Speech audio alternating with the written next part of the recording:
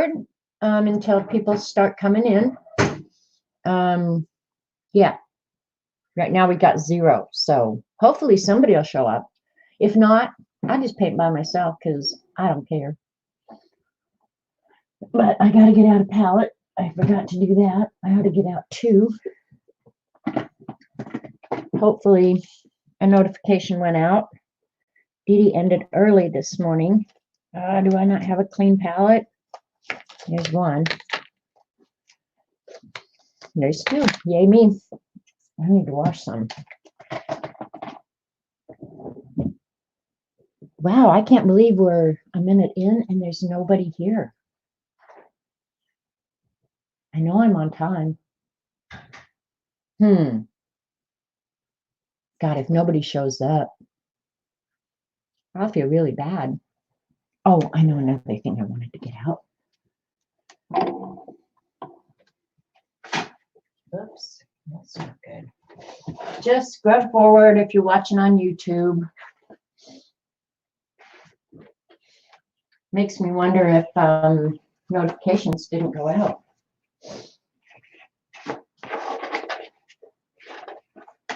Because really, usually people are always here by now.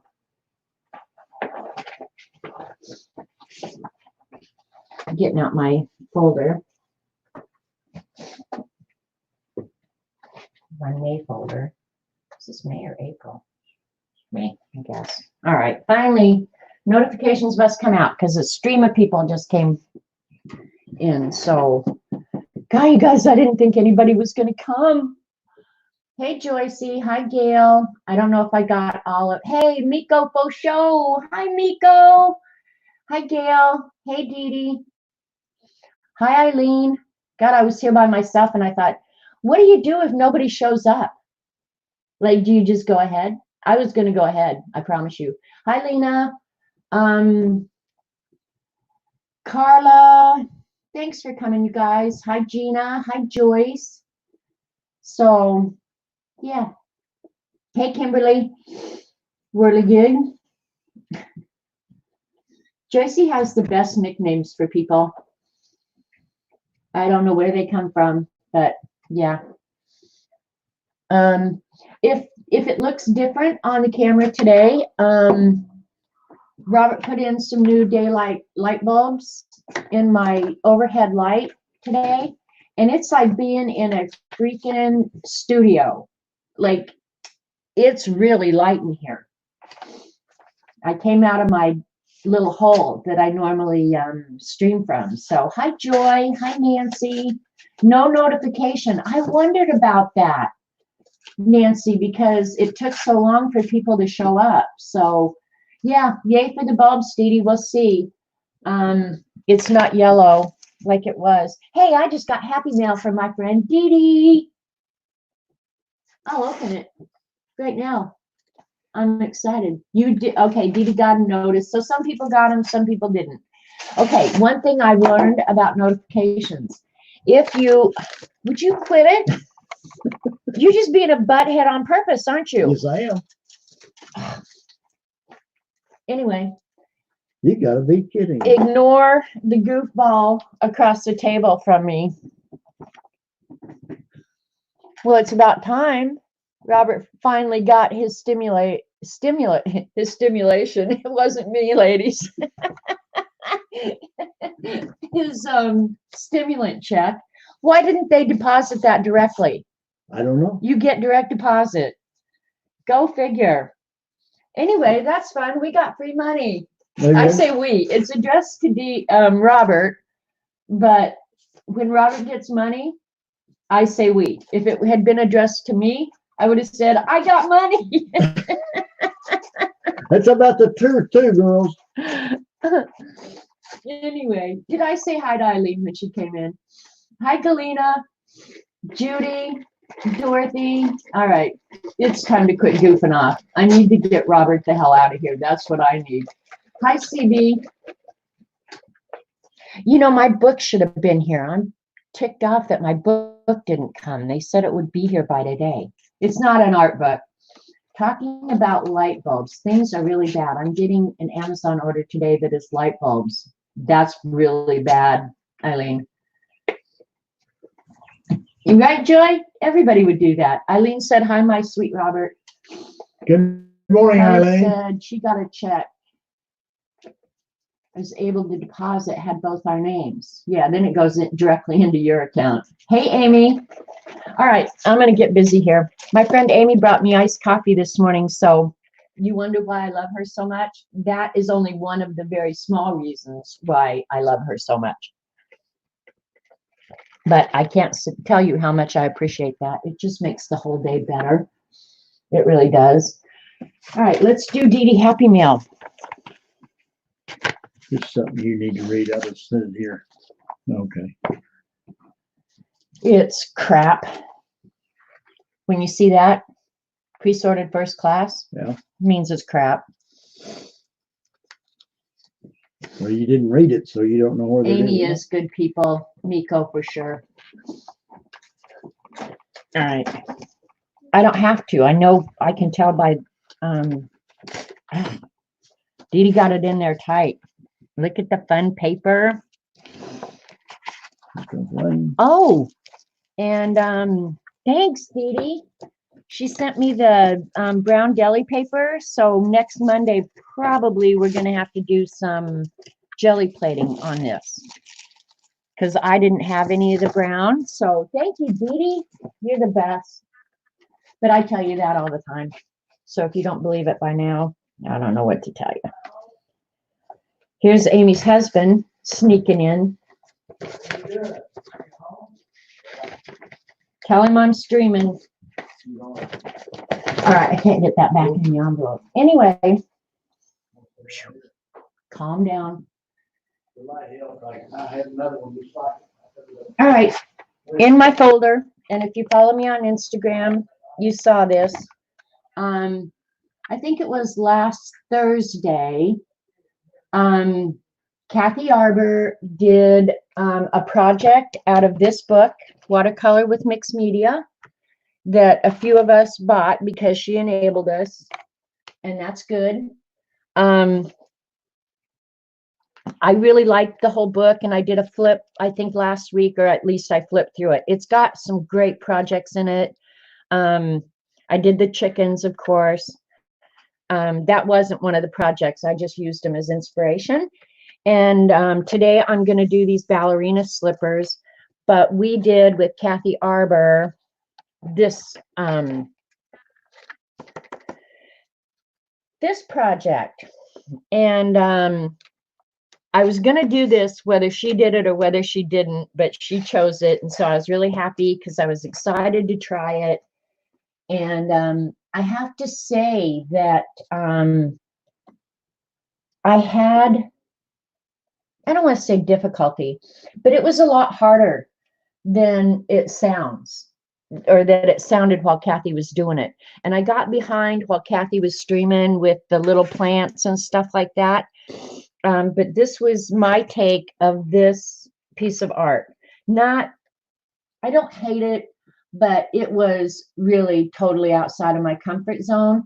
And having to put the texture on the seed pods, I just felt like it totally got away from me. That's probably the best I can say. So this is a project I will do again because I liked using the leaves, and I like the way the watercolor went underneath them and left the texture of the leaves. But I think one of the mistakes I made was I put too much pigment that seeped under, and I lost a lot of the detail in the leaves. So thanks, you guys. So I want to do it again. Only this time, I think I'll be much more mindful about how much watercolor I'm putting on so that the background leaves, which you can see here in the purple, because to me, they just ended up looking like big blobs. But I love the technique. I thought the technique was awesome. But yeah, I think I got, CB, don't say anything. I think I got a little carried away. And then because it was so dark, I felt like I wanted to lighten it up. So I, used acrylic paint through a stencil. And at that point, I just felt like I had totally lost control. It was out of control, but I wouldn't let myself quit. I went ahead and finished it, and it is what it is. And I'm hoping when I do it again, which I intend to, yeah, I'll know to not get carried away. Can I see the book again for a screenshot? Yeah, Miko, for sure. Miko, for sure. That's the second time I've been able to do that. Watercolor with Mixed Media by Allison Board. It's a good book. It really is.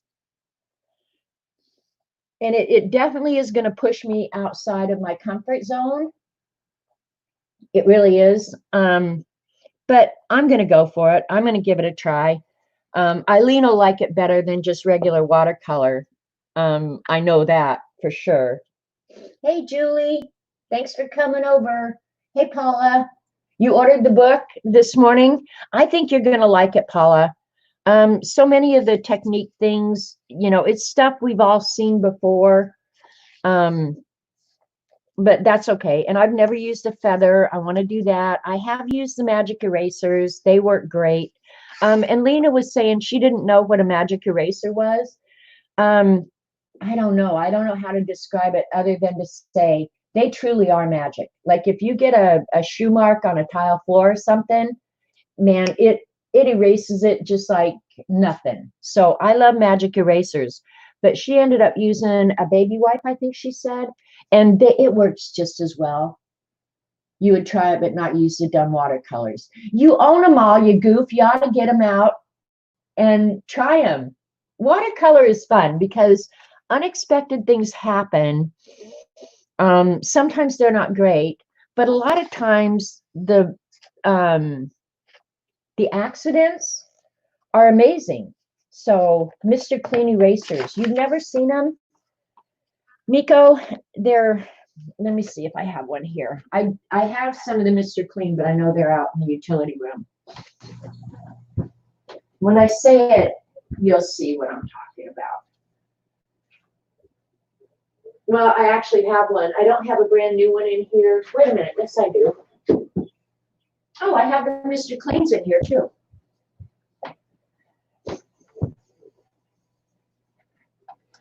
They come in these little boxes. Here I'm doing a commercial for flipping Mr. Clean erasers. Mr. Clean magic erasers. And they're just, I don't even know what they are. But as you use them, like in your shower or anything like that, they are so awesome. They take off everything, things that you thought would not come off with a Mr. Clean eraser. And the crazy thing about these things is as you use them, it's like they disappear. They just go away. I don't know where they go, probably in the septic or wherever they're going to end up. But these are really magic erasers. If you've never tried one, get one. They come in sheets now. Oh, I'm going to go looking for that. Because I love these. I do love them. And actually, I'm going to cut part of this off because I threw my one here in my art room away the other day. So you can just cut them. Now I'll only be able to clean half a floor. So that's a Mr. Clean eraser. I would say get one. And you can buy the cheaper version. I think the cheaper version worked just as good as the name brand one. I bought those because they're 2 times stronger. So I figure all I have to do is get them wet and lay them next to the dirt, and the dirt disappears magically. Okay, Lena has them. They're called mannitol sponges. I wonder what mannitol means. Oh, good, Paula. That sounds awesome. Hey, Brenda. Well, with Brenda on watercolor, they're just like having an eraser. And chat is moving so fast. But thin. Okay, I'm getting them. Do you find them in the cleaning section? Yes, Michelle. Hi, by the way, you do. And you can get them like at the dollar store and stuff like that too. And the cheaper versions, in my humble opinion, work just as well. All right, Julie's informing me that they are made of melamine foam. I never even heard of that. Melamine sponges. Okay, well, there you go. See, I come to my own stream and I get smarter just by hanging out with you guys, and you gotta love that. I mean, I didn't think it was possible, but here we are today. So this is a great book. This is not one of the projects that she walks you through step by step. It's just out of her gallery, but I just think this is so soft and pretty that I just wanted to do it. And it's hard to watercolor on stream because of the drawing time. So I got thinking this morning, because I have every level of watercolor product, because there's something wrong with me. So I thought it might be fun to do the same painting twice, one on the really good quality paper. God, what a mess. Okay, so this one I drew, and my drawing is not to scale with hers. I didn't graph it or anything. Back up a clip. Okay. Yeah, my drawing is not to scale. I didn't graph it or anything. I just drew it. So hopefully it's close enough for government work. And then I drew it out twice. This is on arches, and I'm going to use my M-grams on it. And this is on just some Color It paper, which is inexpensive watercolor paper that I got off of Amazon. And I'm going to use the Arteza watercolors on it, the ones that Kenny sent me.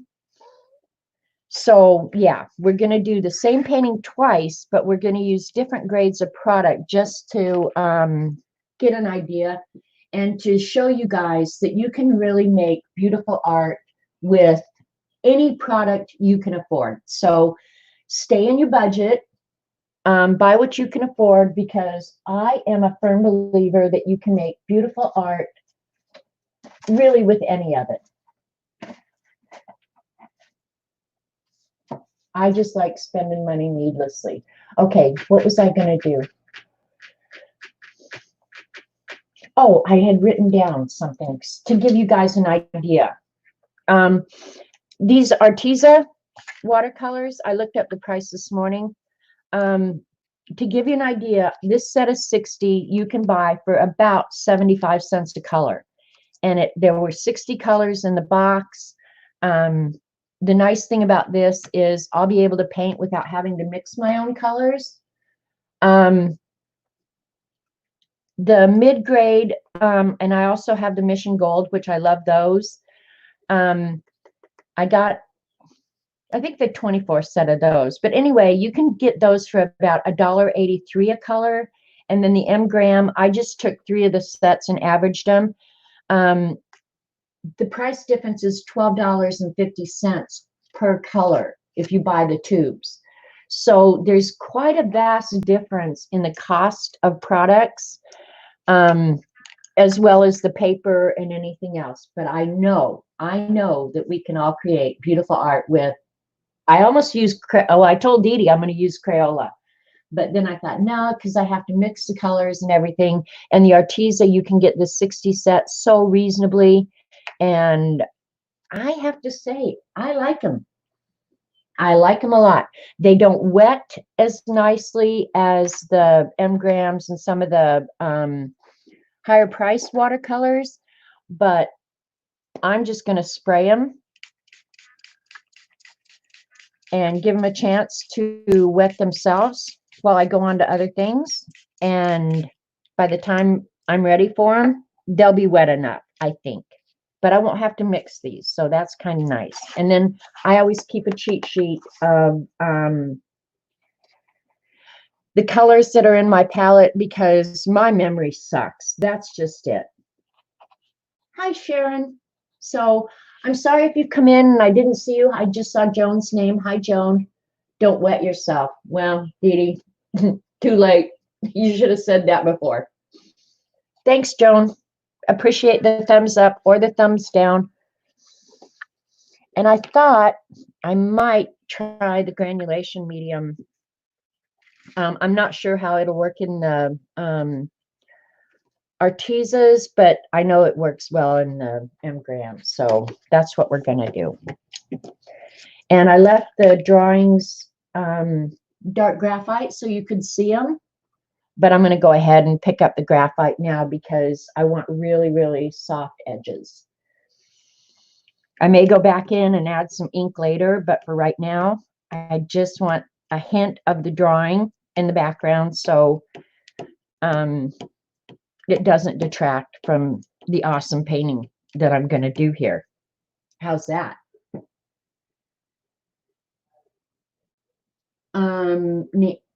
Nancy asked a question about the Artesas. The Artesas came in tubes. The 60 set comes in tubes, so you do have to get a palette to use them in, or you can use them directly out of the tube. In fact, if I had to do it over again, I probably would just squirt a little bit out of the tubes whenever I needed them.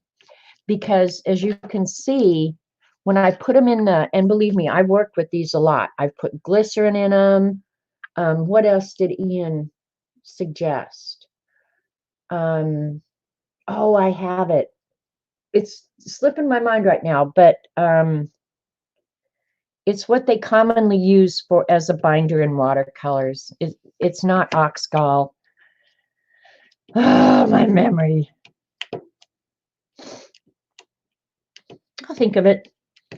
But anyway, yeah, I think I would use them directly out of the tubes. And there's no right or wrong, you guys. Yeah, if you can get the box of 60 Arteza for 46 bucks. So, gum Arabic. Thank you, Dorothy. Jeez, I can't believe I couldn't think of that. Sometimes when you're on stream, like things that you shouldn't forget, you just forget because you're a lame brain. All right, that's getting light enough, I think, now. So, any other questions? Granulation medium. No, Brenda, it's not the same as absorbent ground. It is granulation medium, and some paints, especially like the Daniel Smith Primatech, I think is what they're called, they're made with the actual minerals, and so it aids in the paint actually granulating, so you can start seeing the pigment almost separates from its binder is the best way to say it. Hi, Flo. I'm glad you stopped by. We like the drive-bys. So hopefully these drawings are close enough. And I didn't put in many of the details. I mean, all I did was a rough sketch. And this one has fatter legs than this one. I guess ballerinas are all different too. Don't judge.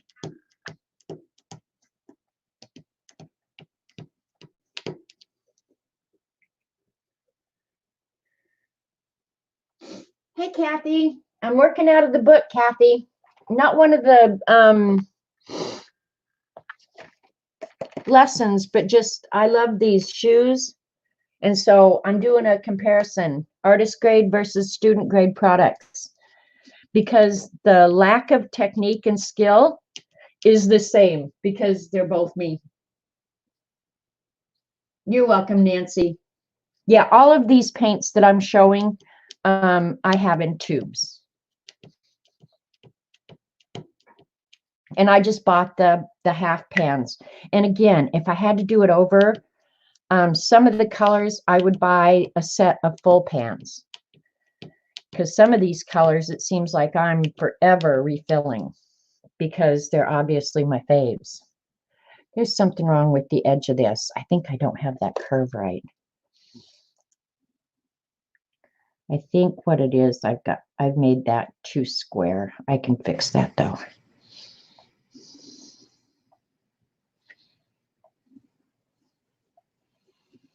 One thing is, at least for me, and maybe not for everybody. Kathy Arbor, not so much. But I have to start out with a good sketch. If I start out with a crap sketch, everything that happens after that is going to come to no good. I have a hard time correcting for a bad sketch. So take the time. That's commonly why I draw the sketch before I stream. Because you guys don't need to sit and watch me draw the same thing more than once. Thanks, Kathy. I can smooch you right now. I'm learning, and that's one thing I probably should say is if you're new to the channel and just watching this, I've only been watercoloring. I don't even know if it's been a year yet, and I am still learning so much. Every time I pick up my paintbrush, I'm learning. So, yeah, don't think that this is a tutorial or that you're going to learn a whole lot here. You're probably more than likely going to watch me screw something up and then try and fix it. And that's okay too, because I like that. Do you have the, does Kathy have this sketch on her stream? Not that I'm aware of. She hasn't. She might have done this one, but I don't think so. I haven't seen it. And believe me, I watch everything she does because some streams I learn a lot. And Kathy Arbor's is one that I have to say I've learned so much. And I've also gone back to like drawing and stuff like that. Like Kathy pushes me, I guess is what it is. Hey, Kenny. I'm using your paints, Kenny. Hi, Lori. All right. We're going to start. Hopefully I won't need that.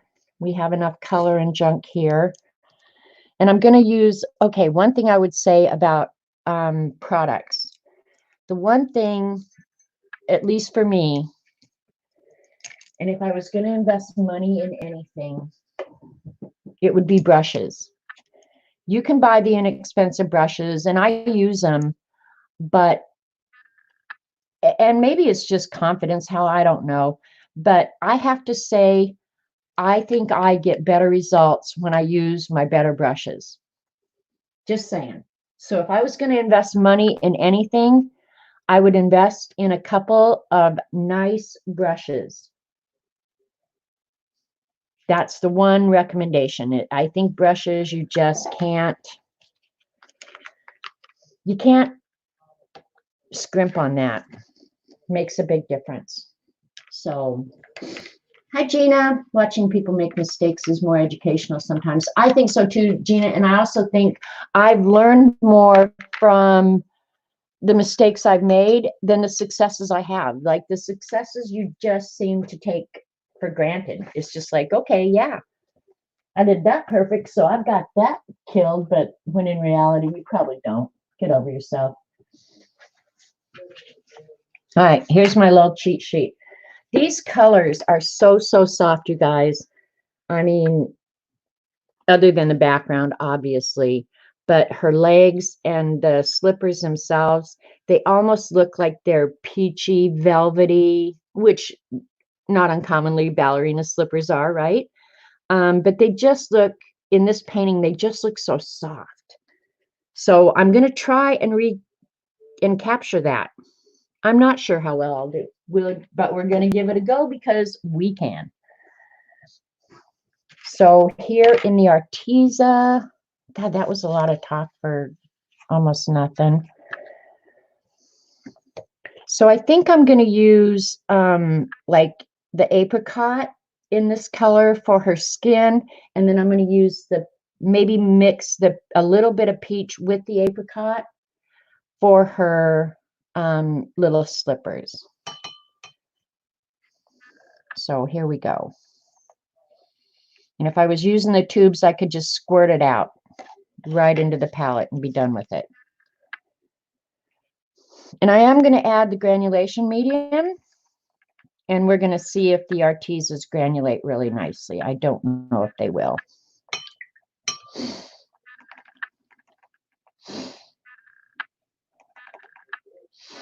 And it's nice, like having the 60 colors. It's for lazy people, honestly, and that would be me. I qualify for that because then you're not having to second guess yourself and mix a bunch of junk.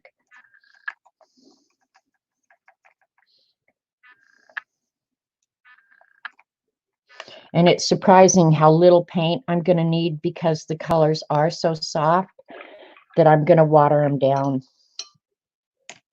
Okay. Oh, and I forgot to get out a pipette. So I'll put that. So let me get that real quick. You tried high quality paper, but it's huge difference, too expensive to learn on. You know, I think we all find ourselves in that dilemma. I think it was Gina who said that. But I think sometimes going ahead and using your dress up paper and your dress up paints is good for you. That's my feeling, is just go ahead once in a while and let yourself use the dress up products. Now I've seen this granulation medium used both ways. I've seen it added directly to the painting, and I've seen other people add it to the paint. So I don't know if there's a right or a wrong, okay? Absorbent ground turns things that are not absorbent. That, Gina, that's what absorbent ground is. I don't know how to describe it. Like, it's not going to turn a beer can into watercolor surface, but it does, like, okay, say you have something acrylic. If you cover it with the absorbent ground, it will act more like watercolor paper, but it's not going to turn a beer can into a painting surface. All right, that is really, really light. And my brush was dirty. And I thought I just washed them. Maybe not. All right. Need to get some more pigment. And again, doing this is just learning.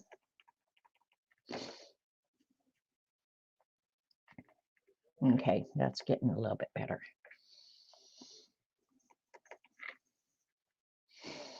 And I don't know if the artisas are going to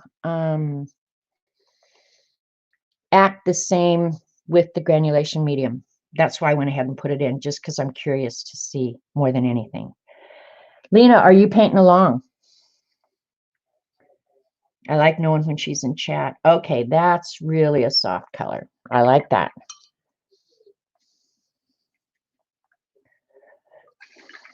Let's test this one. All right, yeah, that, I think those are both soft enough. They're close, but different enough that we can work with them. Hi, Scooby. All right, so I think I'm going to do her skin first. Now I'm nervous. Why do I get nervous when I do this on screen? If I was by myself, I'd just be like, okay, let's do this.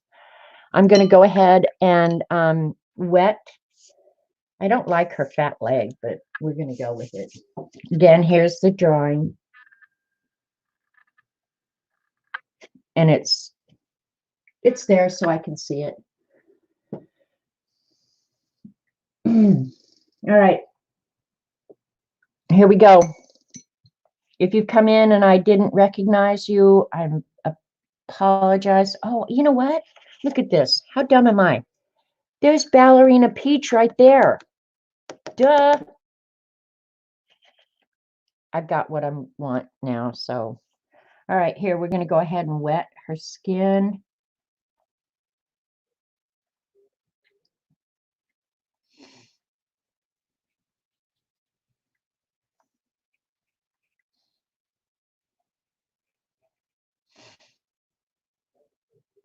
Now I'll get quiet. Sorry.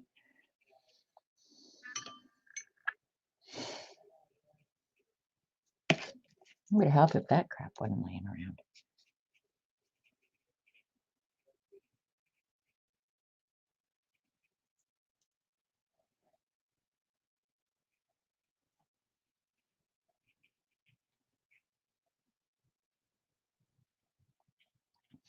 And even on this inexpensive color it paint, you can kind of tell.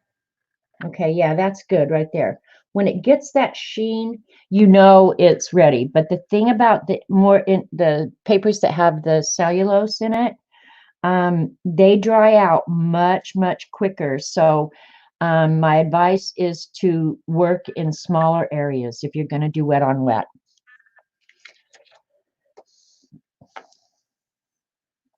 All right. Yep, that's pretty light. Here we go. And I am looking at the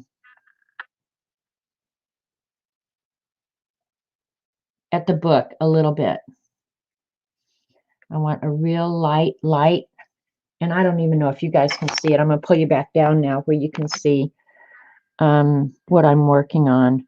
I think I like these new light bulbs. It definitely, and you guys can't hardly see that because it's so light, but that's the actual painting or original too. So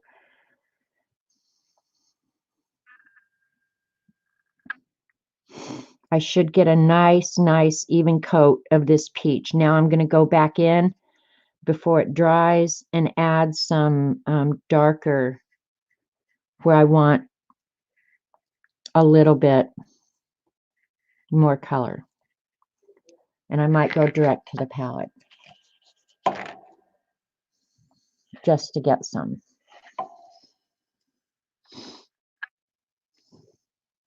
If it's too much,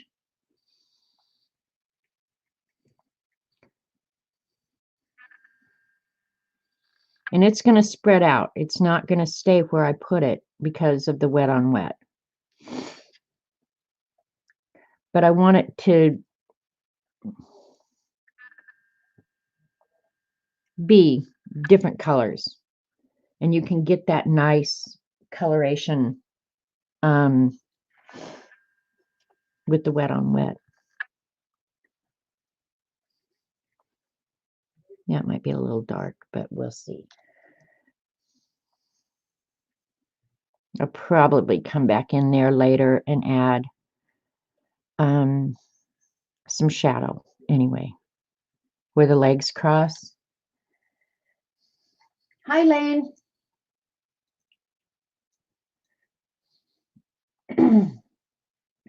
You're impersonating Patty Tully Parrish. Well, there are worse people in the world to imitate. I can promise you that. And then go ahead and if it's not like on this paper, it's not spreading like I thought it would. I don't want that line there. So I'm going to go ahead and encourage it to move a little bit more.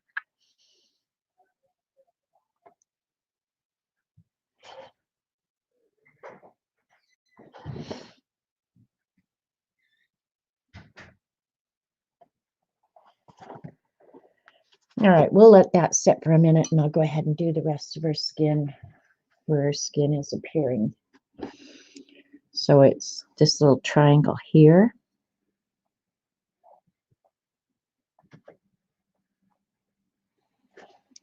And if I touch that wet area, the paint is going to migrate into the water. So if you don't want your paint to migrate, you need to not touch that wet area, let it dry completely, or the paint will migrate. And I'm not seeing much granulation, so I'm not surprised.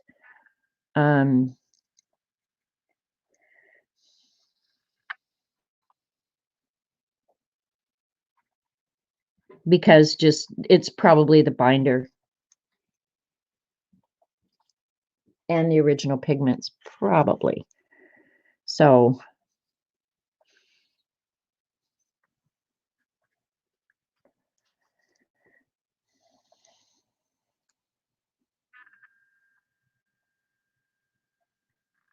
yeah, it's a little darker than I would have liked, but. And another thing, watercolor, it always dries lighter than it appears when you put it down. So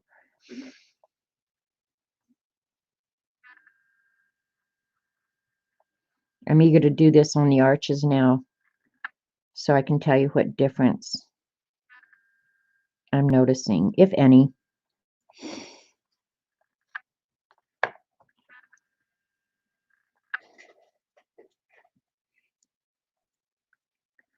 Sounds like there's a big mouse in my house. What are you looking for, Robert Vaughn? Oh, I thought there's some licorice left. I just seen. It would be on the other side. It'd be one of it. It would be on the other side, I think. The other side, like here. Yeah. Yeah, I don't think there's any left in there. Well, you licorice pig, you ate it all. All right. I'm going to pick some of that up.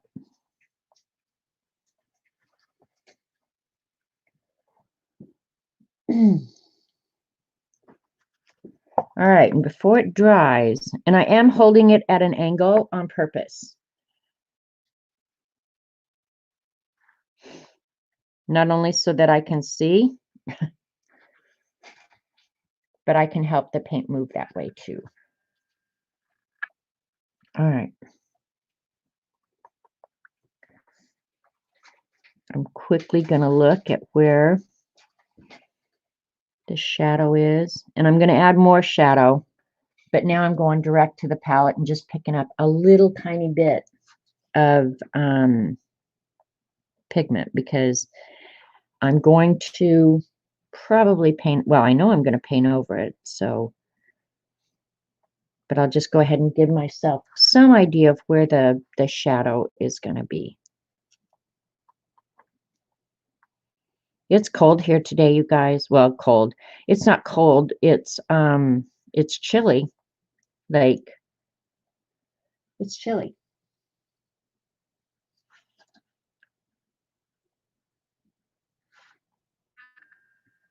I hope I'm staying on screen. And because I'm doing wet on wet, I'm not getting any harsh lines.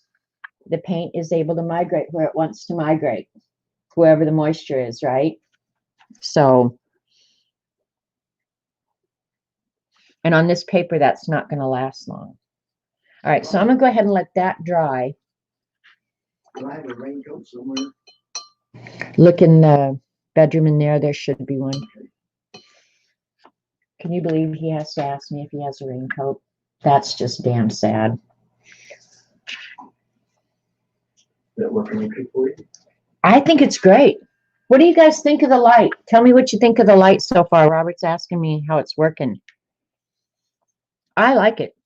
All right, before I do this right now, this leg, I'm going to fix that drawing right now.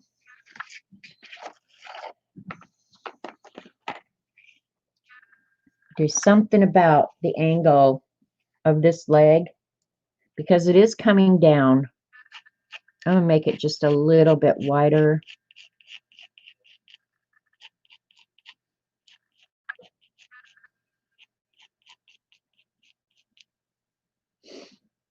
And there's not that big a, okay. I think I like that better. It was just at the wrong angle. And to use a DD trick, if you're sketching something like this and you feel like something is off, put your reference, okay, it looks brighter. Thanks, Jilly. Hi, by the way. Turn your reference photo and your drawing upside down, and you'll fool your brain into seeing what is wrong. And it's especially true if you're doing a face. All right, and I'm gonna go ahead and draw myself that little part right there. I won't be using it now, but I will later. Okay. To me, that just feels a little better now. The thing that feels, well, this, okay, here, I'll show you what I'm talking about. One thing that looks weird, I don't think it'll look weird when it's done, but see the angle, this angle here? It just doesn't look physically possible. And for me, it would be physically impossible. For a ballerina, it's not. So That may be part of my problem, is that that looks like it's anatomically impossible. But now that I'm looking at it, I think it'll be okay. Guess we'll find out. All right, where is my little kneaded eraser? Did I put it away? I believe I put it away. Jeez.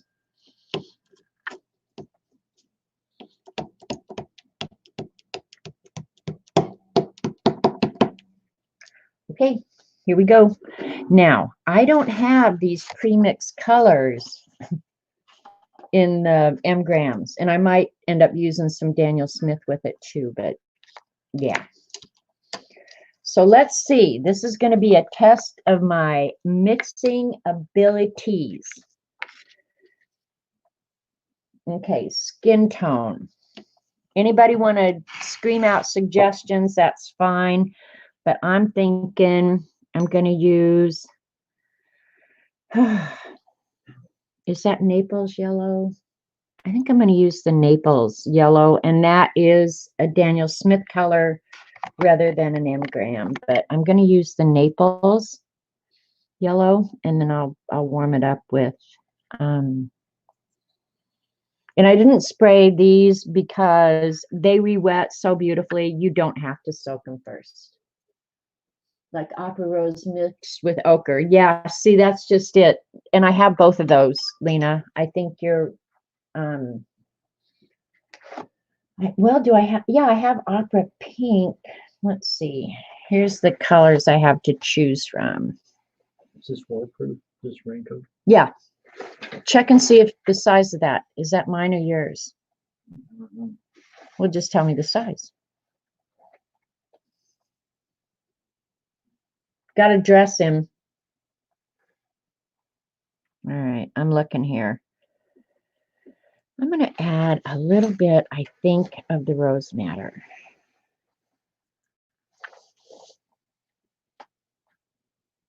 Oh, I think I'm onto something there. Oops. Hi, can you pick that up for me? Just dropped my paintbrush, which assures that I will have massive cat hairs on it.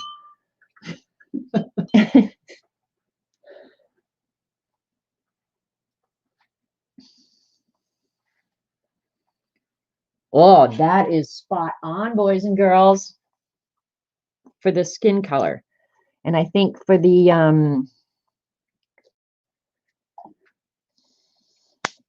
little ballerina slippers, I can mix that same thing, only add a little bit more of the peach. I'm going to go ahead and add a couple of drops of the granulation medium.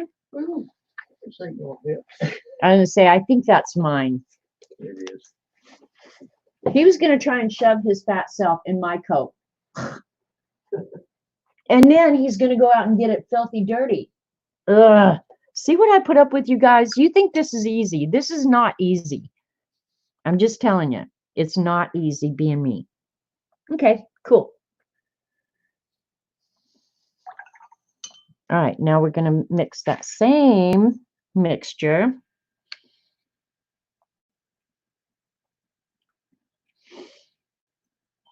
Polly, you haven't been around in a long time. Do you like my palette? This is lickable, isn't it? I don't mind bragging on it because I love it. All right, that one I put a little bit more of the rose. So let's see where we come out here.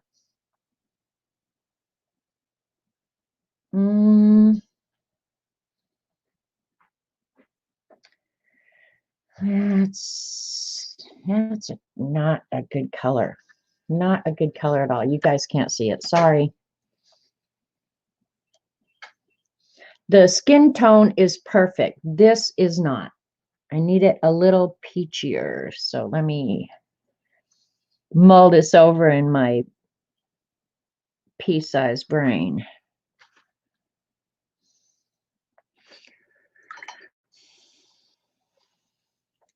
I'm going to try just a hair of the Potter's Pink. Ooh, that might be a little bit too much.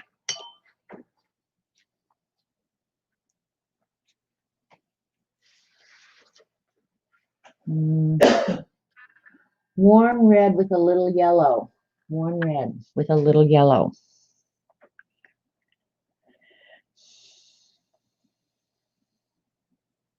Okay.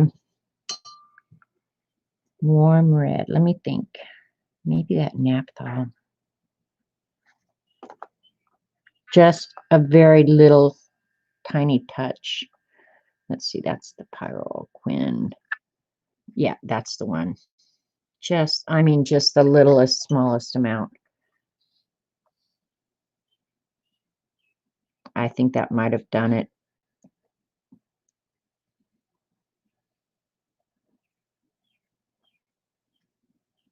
We're going to go with that. It's good enough. Warm red with ochre gives peach also. Well, let's just mix it up since we can.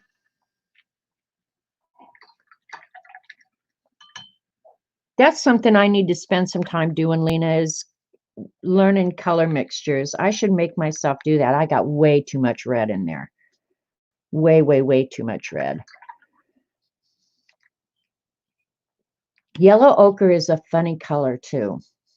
I'm going to mix enough to do 52 paintings here, it looks like.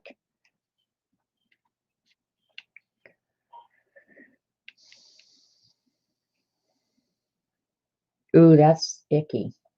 Yeah, I'm not loving that. I'll use it on something else. I'm going to use these two. And I'll put the granulation medium in the slipper color.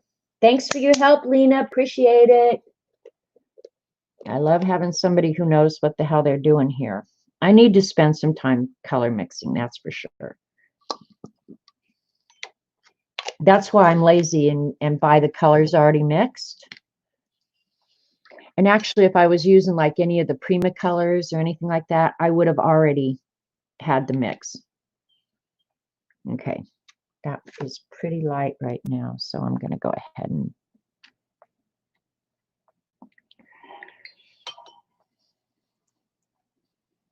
add just a hair more. Let's see how we do now. Oh, that's peachy. Yeah, that's good. We got it. We are moving on.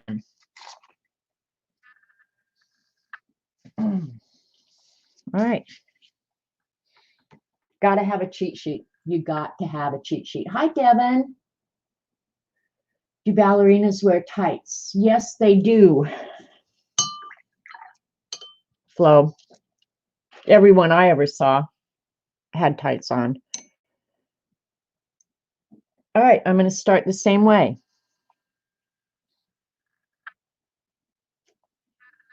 Only the nice thing about arches, and you'll probably be able to see the difference, is the paper will absorb the water so beautifully, and it'll stay wet longer because it is cotton fiber, and it takes a little while longer for the cotton to evaporate off. So, yeah.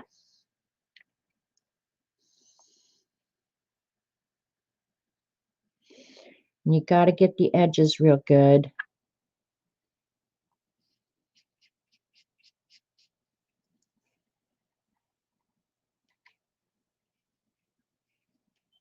Went outside the line there a little bit, so you just got to be a little careful. Okay, here we go.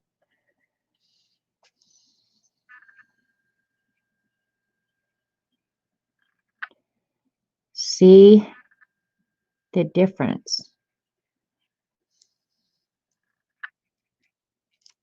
You guys seeing okay? These bright lights, man, I feel like I'm in a television studio.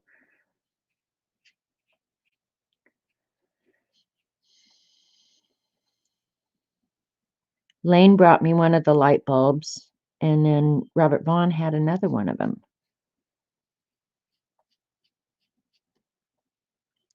But it's going to feel like, because I live in this room and we eat in here and everything, I'm going to feel like I'm living in the middle of a mall or something, you know?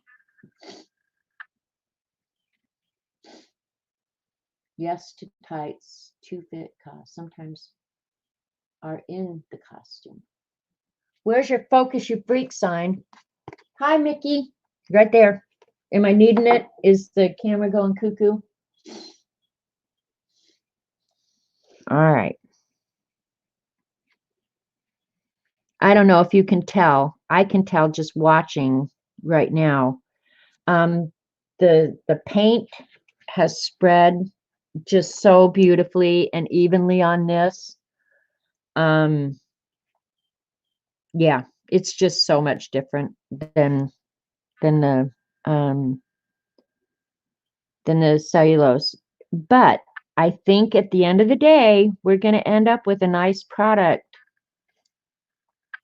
on both of them. So no worries.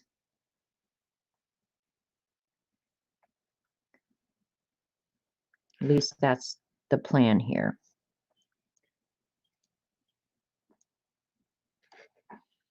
And because in the original, her skin is a little uneven, I'm just adding, I'd like to add a little bit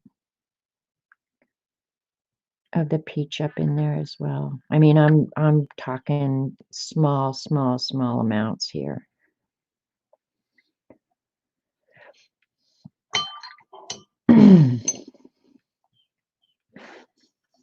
Okay. We're moving on. Moving on. And obviously my drawings are not the same size. So this one is quite a bit smaller actually. And they're both 6x9. I'm just going to have more background on this one. And this foot is longer. All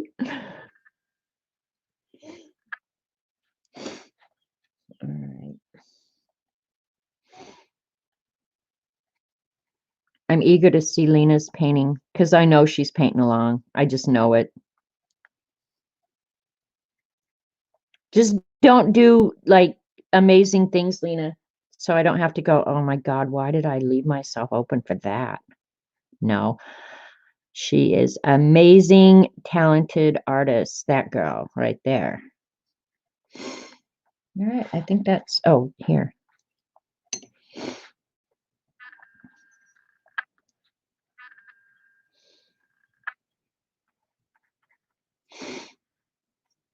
So I hope all you mothers out there had a great Mother's Day. Mine was pretty quiet, just stayed here at home. Didn't do anything special, but it was a good day. I try and make all my days good days. But it was a very nice day. Can't tell if the granulation medium is doing anything at all. But when we do the background, I think I'm going to put the granulation medium, when I do the background, I'm going to put it directly on the paper rather than in the paint. And these may not be paints that granulate readily either. You know, there's always that.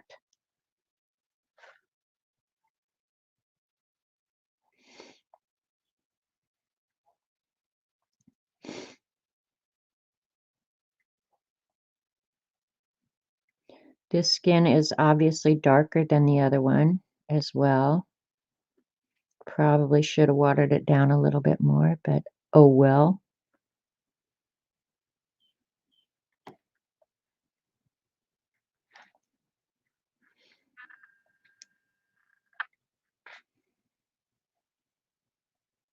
Okay. I'm going to leave that and I'll read chat real quick. So if you have a question or anything for me or want to tell me to go jump in a lake, now's your opportunity, right? We got takeout from a restaurant, so I didn't have to cook. That's awesome. I see I've been using way too much water. I think that's,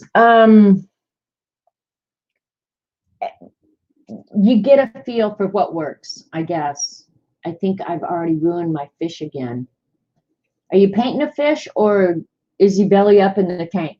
If he's belly up in his bowl, you wrecked your fish. Hi, Anne. You had a wonderful Mother's Day. Even one son is in Salt Lake City and the other is in Cape Cod. Yeah, my kids are all over too, so it's all good. You're painting? Okay. So the fish isn't floating belly up. That I'm glad to hear. All right, we're going to set this aside. I do want to add just slightly more. I want her foot to be, because when I add the shadow, I want you still to be able to see that there was more shadow over here.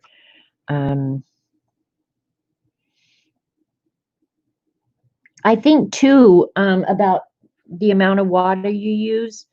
I think that depends entirely on the paper you're using. Like if you're, like when I paint in the Beast, I don't ever use water. I just use my, the water brush, these. So I get minimal water. And I use, oops, that's not hardly wet at all anymore. So I got to fix that. And I use the Prima paints or the Superior paints in there almost exclusively. Now, the danger of going back in there before that is completely dry is I'll end up with a hard water line, and I might anyway. So I hope not, but I might.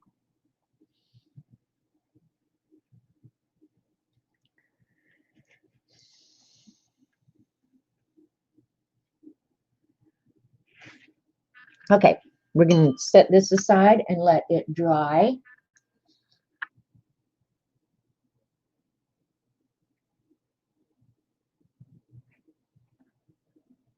And go back to this one. Okay, this one obviously is not as smooth, and it's obviously a lot lighter too. But I can go back in here now and maybe try and smooth a little bit.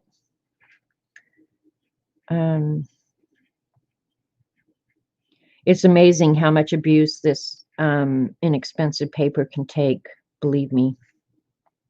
With me, oops, wrong paints. I got to remember to switch out the paints too, because we want a fair comparison here. Just fixing some things now after it's dried that I can see. Not horrible, not unhappy with it.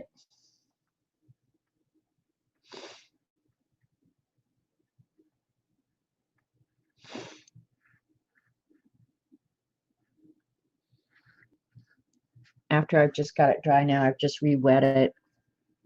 I'm going to go ahead and do the first layer on the slippers now.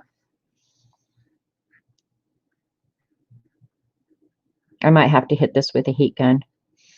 But on this paper, I think it doesn't really matter. Oh, my heat gun's not plugged in, so never mind. Try and keep focus, you freak, here so the camera doesn't freak out. All right, I didn't get that wet, so all right, start out with a nice clean brush.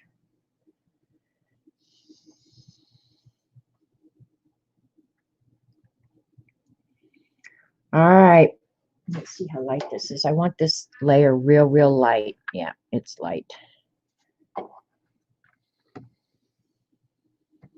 I'll have to darken it.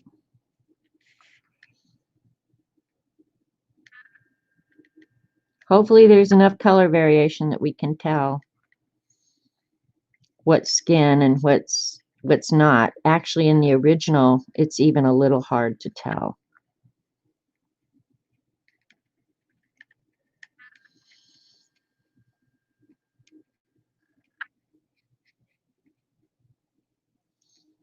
And I didn't get this wet first. I'm just painting this on dry.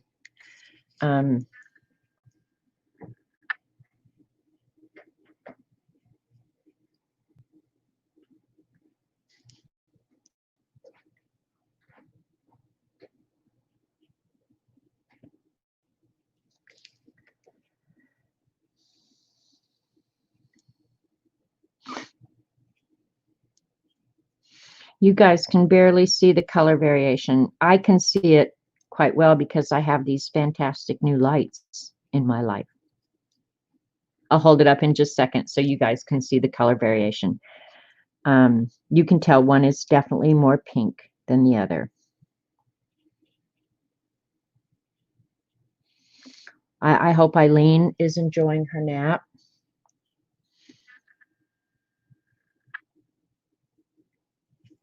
She hates when I watercolor. And all I gotta say is, I'm sorry. Not really. Okay, I'll hold that up. Can you see the variation in the color? It's very slight, but you can see it.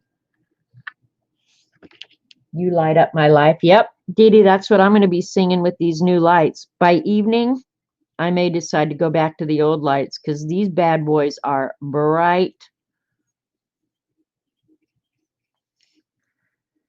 It's going to strain my eyeballs. But I have to say, I can see better, you guys. Like, I can see better.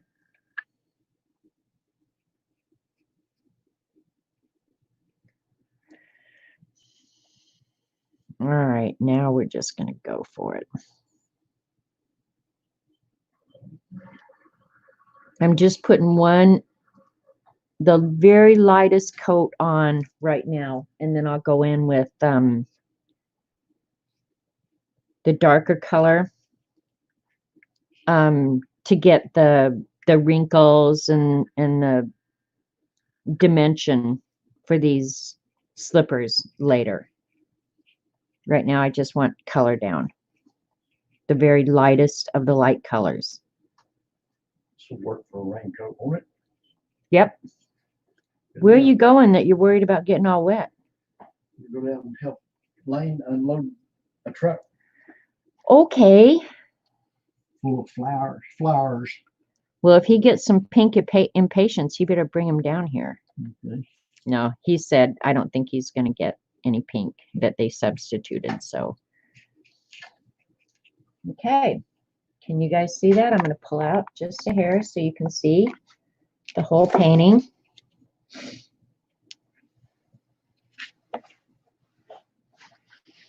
I like it. I like it.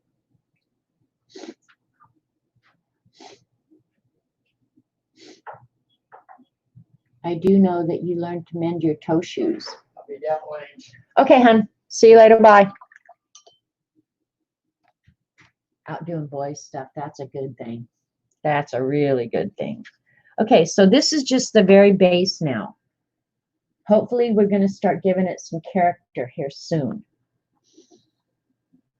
So we're going to switch over now, and I did end up with a hard line. See, you can tell that I don't use this pricey paper very often because look at that hard line I ended up with. Let's go ahead and try and soften that now before too very long, maybe too late already.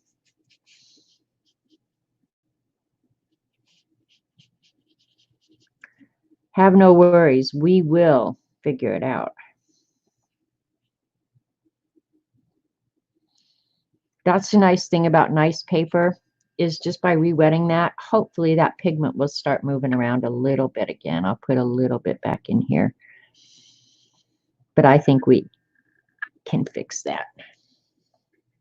I hope. If not, lesson learned.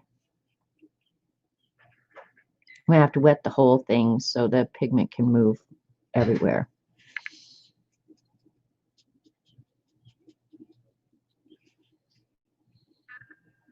But the nice thing about there where that happened, that is where the shadow is going to be. So I get a second chance at going in there. So that's good.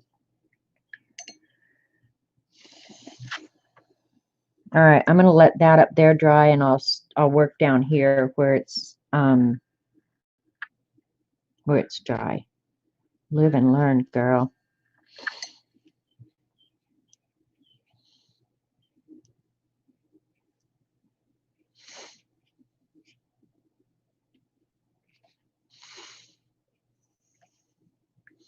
Because I guess some of the skills that you learn on the cheap paper are not transferable to the expensive. And this isn't even the most expensive arches. This is the lesser of the grades of arches out there.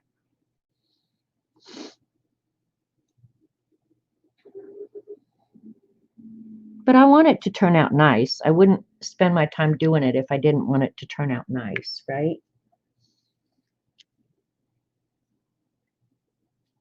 And why I did this one wet on wet and the other one wet on dry, I don't know. It doesn't matter because I'm just doing a base coat anyway. I just know that this arches, it takes a lot longer to dry than the Color It or the Canson or Strathmore or any of the papers.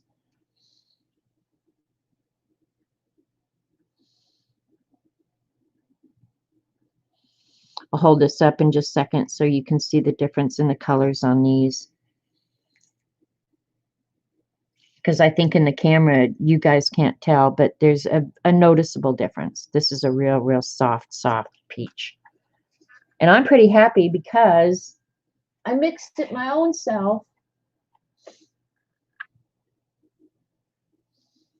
So thanks for being here, you guys. And if I miss saying hi, I apologize. It's hard to paint and talk and be a nice person. Because being a nice person for me takes just about every bit of energy I have.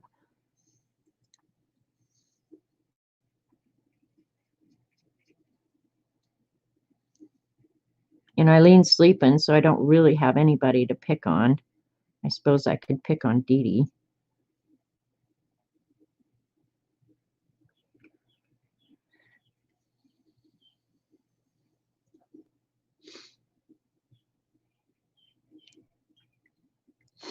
Oh, that is a bad thing. Don't ever do that. I did that the other day. Dropped my paint, but after I loaded it up with paint, just dropped that thing right on the page. Nothing makes me madder than doing something stupid like that. You'd think you're holding on. What do you have, a spasm and drop it, or what the hell?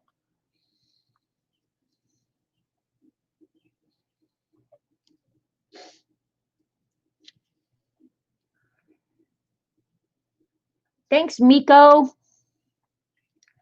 Haven't seen you in so long. I'm so glad you're back hanging with us a little bit here and there. Okay, that's still a little bit wet. So I've got to stay away from it for just a few more minutes. I can paint down here, but I just can't get up and touch that leg as I put the paintbrush down ready to do exactly that. Jeez.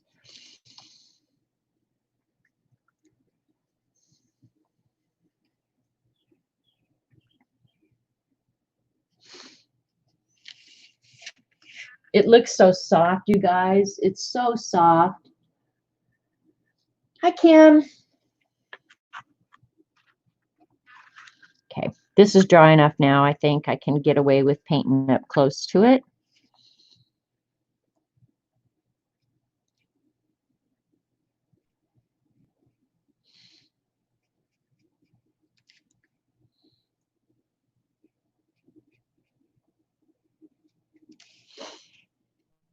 And the colors are so close, even if it spreads a little bit, it would be okay because I can come back in and put in the shadow lines here in a minute, which I'm going to do. Are you always so slow? I am, Joyce, unless, okay, like the other day when I was painting with Kathy, no, I was not slow at all. But yeah, when I paint like this, yes, I'm very slow.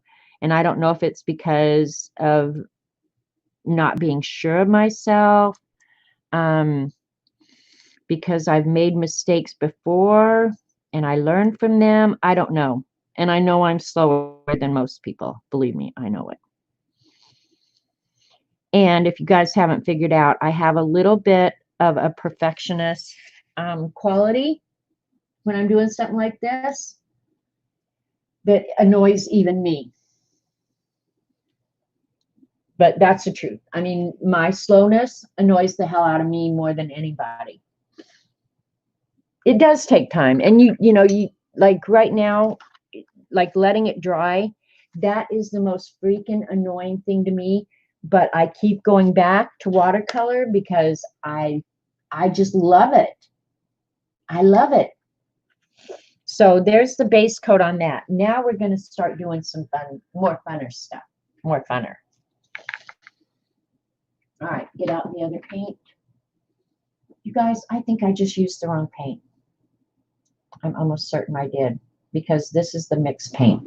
Oh well, I'll just do the rest of the slippers with the M-Gram, but I did. I just screwed up. I used the wrong paints.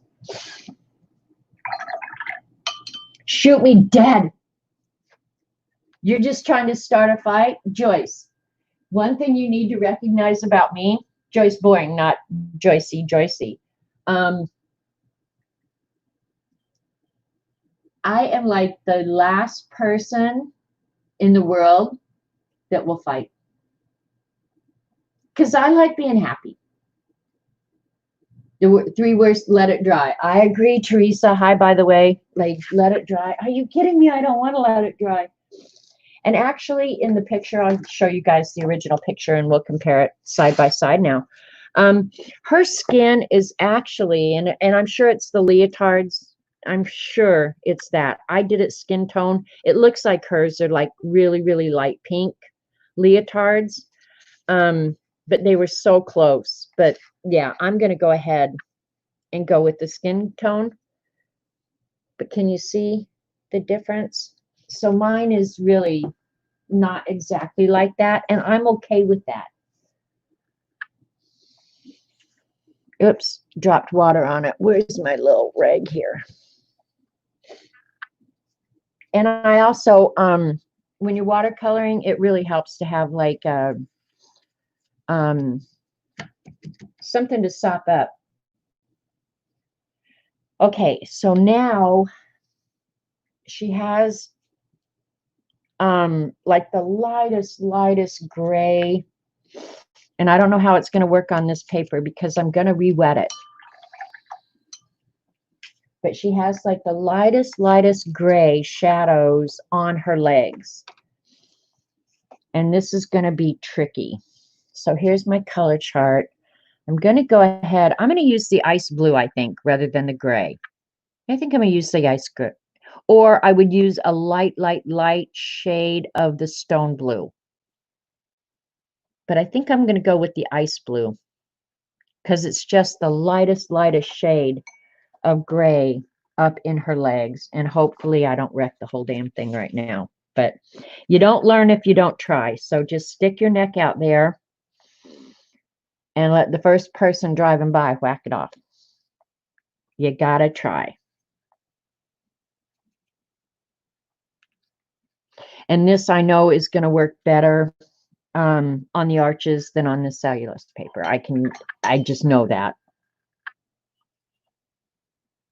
And I'm going to water it down quite a bit, even though it's very light already. And I'm not going to bother putting the granulation medium in because it's not doing anything with this paint. Okay, watered it down a little bit too much. I'm eager to see Lena's painting. Look at cat hair. Told you. Ugh. I hate cat hair. I love the cat. Hate cat hair, okay?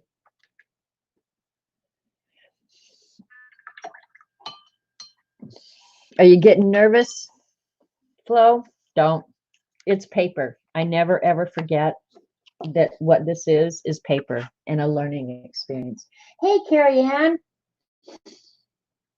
You can flow as you have toe sock cover on, but our teacher was a stickler and stockings were part of your uniform. Yeah, I'm sure of that. All right. Here we go. We're going to just put some.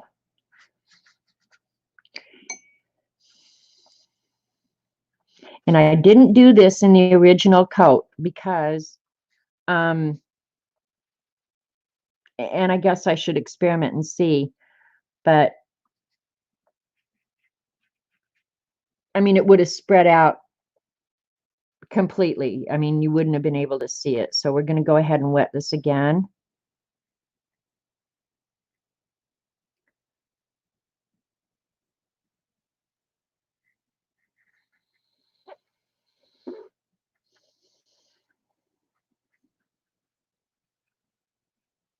And I could have taped this down to prevent the buckling. Um,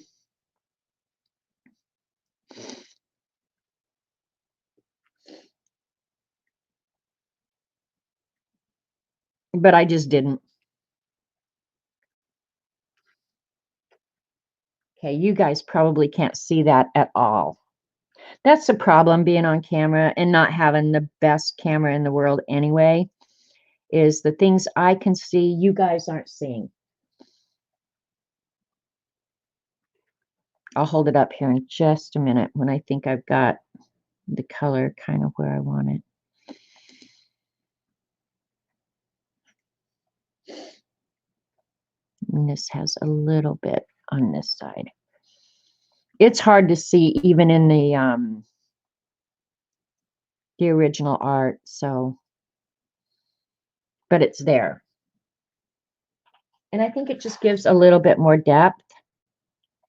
It's not the deep, deep shadow. I'll go back in with that later. Can you guys see it? When it dries, I hope you'll be able to see it better. For ephemera, no lie, Paula. Okay, and this edge of her leg almost has no color, and up in here has almost no color. I have more color in mine than she does on hers. And up in here, she's got more pink. So I think I'm going to go ahead and add a little bit of the pink from the slippers up in this part of her leg to mix with the gray. And I know it's a strange place for that kind of to be happening, but that's what's going on in the painting. And when I try and replicate a painting like this, I try and do it as close. I mean, the next time around, I probably would just go from scratch and do my own thing completely, like kind of I did the chickens. They were inspiration, but I didn't do exactly what she did.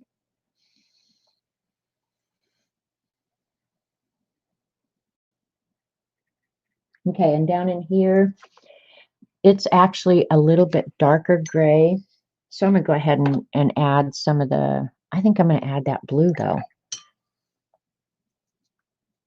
The blue that I showed, the stone blue. I'm going to go ahead and add some of that.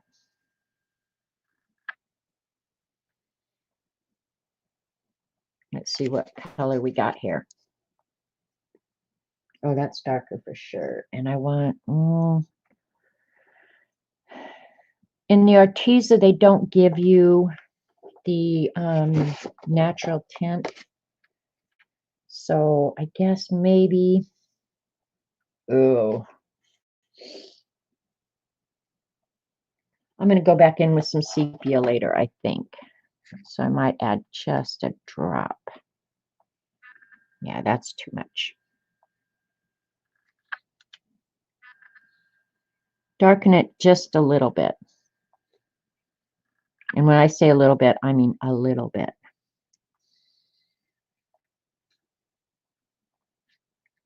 Okay. Going in with that.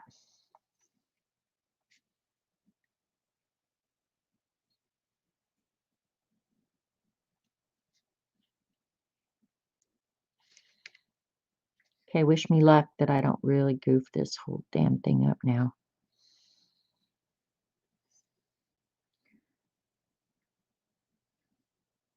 Now I know you guys can see that.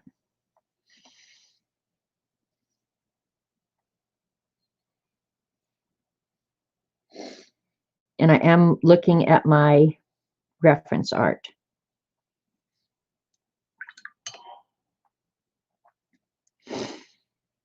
Other people I know would be so much faster at this. I do know that. And I'm sure it's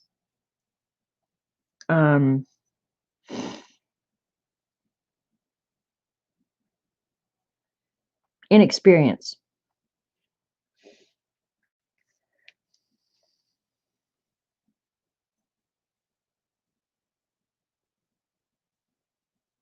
But it's just a hint of color there. Do you see that?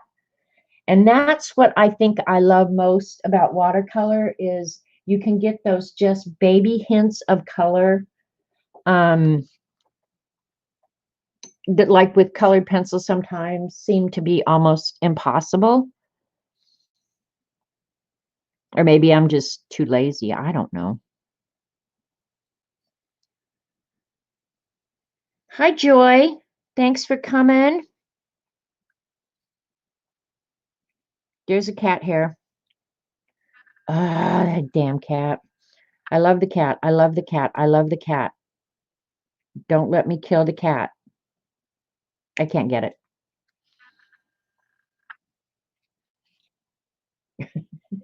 Damn cat.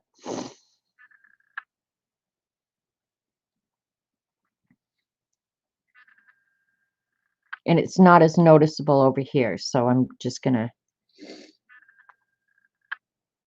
Yep, and other people like me couldn't do it at all. So it all evens out.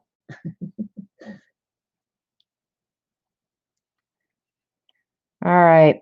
Lena's been done with hers for 15 minutes.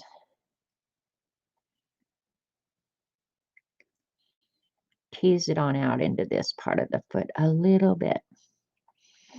And the cat hairs don't cost extra.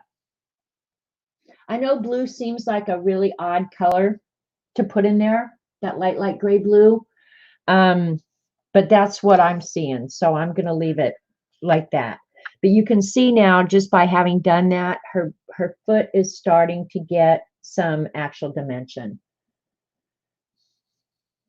You get dog hair all the time. Love your babies, hate the fur. That's me. I could absolutely just brain her, but I can't. She's an old cat and she deserves to have a good life with people who don't want to kill her most of the time. I'm going to add some back in because I almost lost all of it.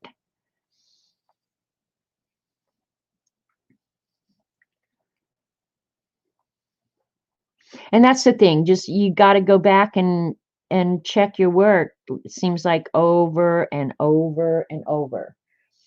And this actually comes out to in here a little bit.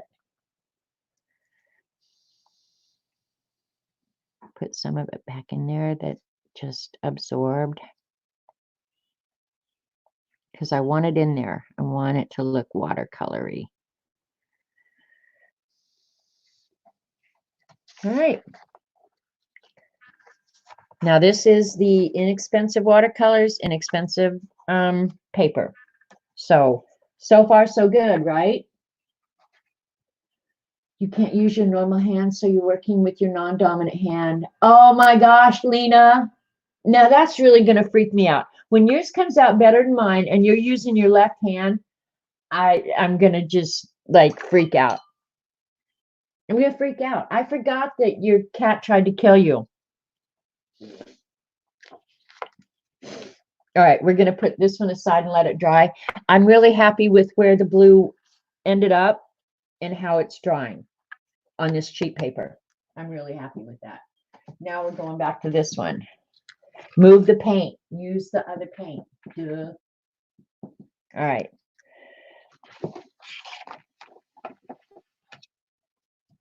This is the Daniel Smith on the Arches paper.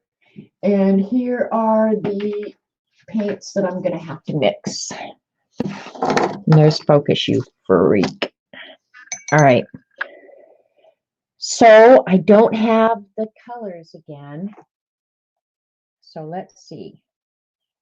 I do have, well, I didn't write down what the color is. So let me pull this out and see what it is. This is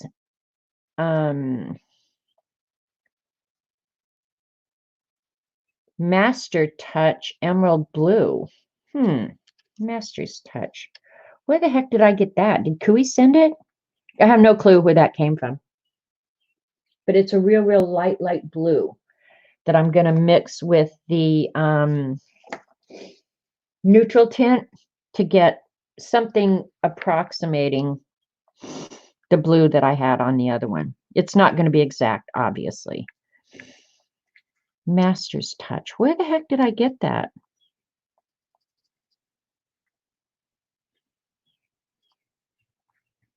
It had to be Cooey because I don't think I bought any of that. And this neutral tint M. Graham. Like a little bit of this goes a long, long, long way. Look at what it did. Like I can't even begin to tell you how little amount you have to use. Now that's another thing with the more expensive paints. You use just a small amount because they are so pigmented, but you pay going in. And this, we have a chance of some granulation. We're going to use it. Master's Touch is Hobby Lobby brand. I just don't know where I got it because I don't remember buying it. That doesn't mean it didn't happen. Okay, faulty memory. Yeah, that does not mean that it didn't happen. But I think you're right. Master's Touch is, oh, that's not that far off. It's a little bluer than the other one. But yeah, that's not far off. I think I can live with that. And because I'm mixing and stuff like that, I don't expect that they're going to end up exact. If I wanted them to be exact, I would have used the same paint for both of them, right? All right, so here we go. This is going to be weird because I know this paper is going to suck it up amazing.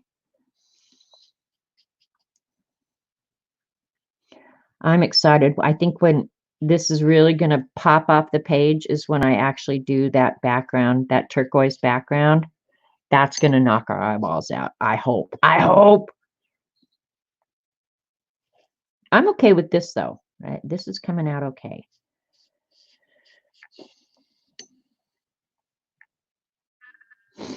I'm wetting the whole thing, even though I'm only going to put paint in a few little places.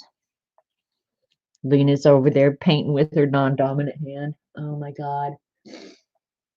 Case. Cat hairs don't cost extra. Okay. Again, she has this kind of blue-gray up in the middle of her legs. And it's an odd place for a shadow, but it truly looks like a shadow to me. And I'm going to put some here along this edge.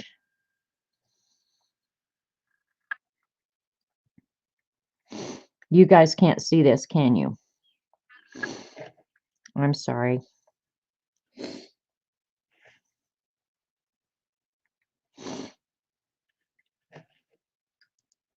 And then here.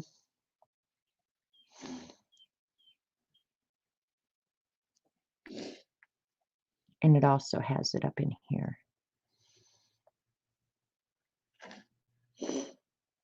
So soft and light. And by the time you dry it, you're going to go, where did it go? But it's there. And we'll see if it stays. Oh, what did I do with that? There it is.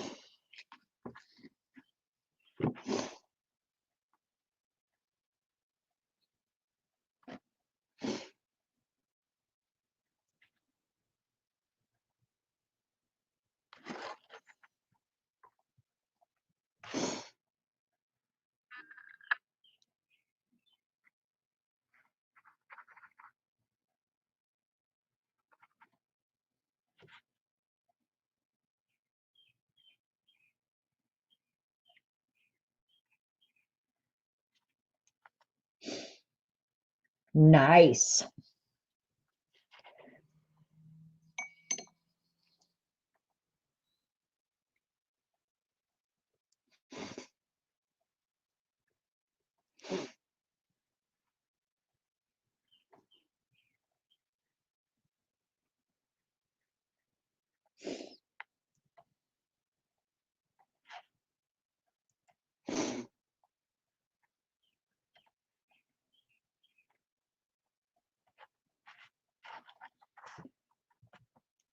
That's a little more than I wanted, actually.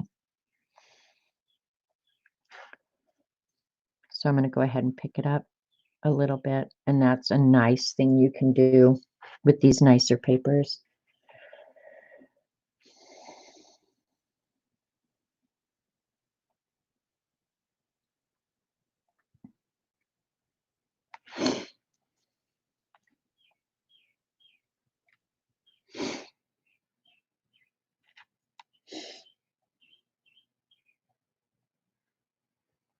You can kind of coax it where you want it.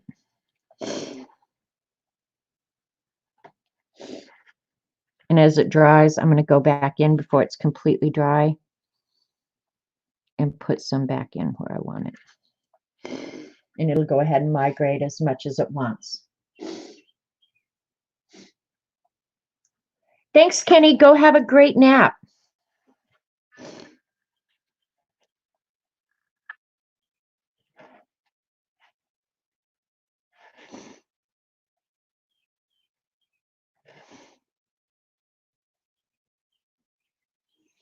Today would be a great day for a nap here because it's kind of gray, overcast. It's a little bit chilly. Yeah, perfect nap day, in all honesty. All right, looking at this.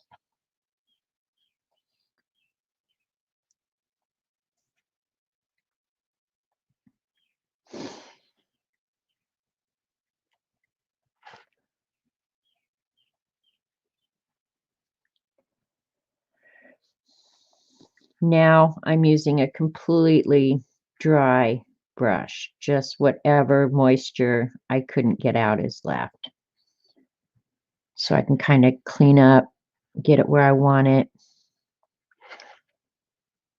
I'm really happy with that so far.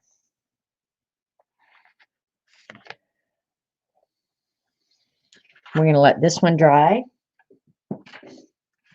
Look at this one. I'm really happy with that so far. I'm pretty happy with this one. This one for this paper is, it's not completely dry. I should have plugged in my heat gun. But yeah, this one's not bad either. All right, I'm going to go in now and I'm going to try and get some texture into the slippers themselves. So I'm going to, let me think if I want to do that or not. Do I want to do that? I'm thinking about sketching in where I want some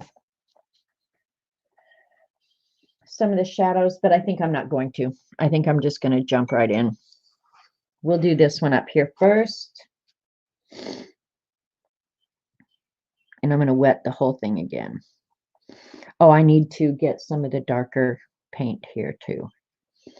Because now I'm going to start putting in where it's kind of velvety. You know how velvety is not just one color. It's the color comes and goes, and so yeah, we're gonna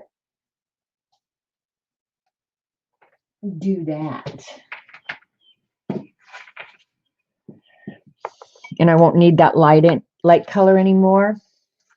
So I'll add some more of that peach color to it and make it a little bit darker.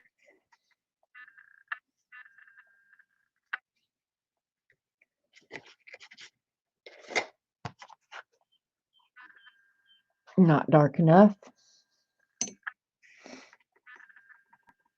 I might add actually a little bit.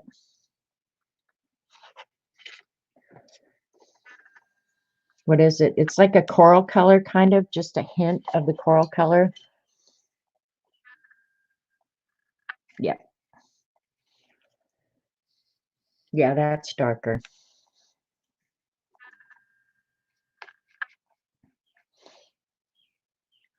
Yep. Like that.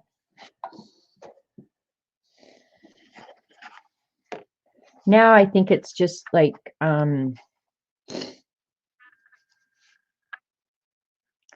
almost like freestyle, just because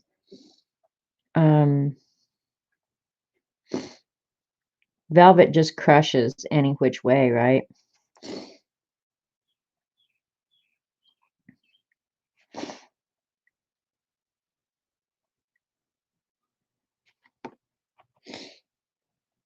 Sorry if you guys can't see that. I'll try and come down.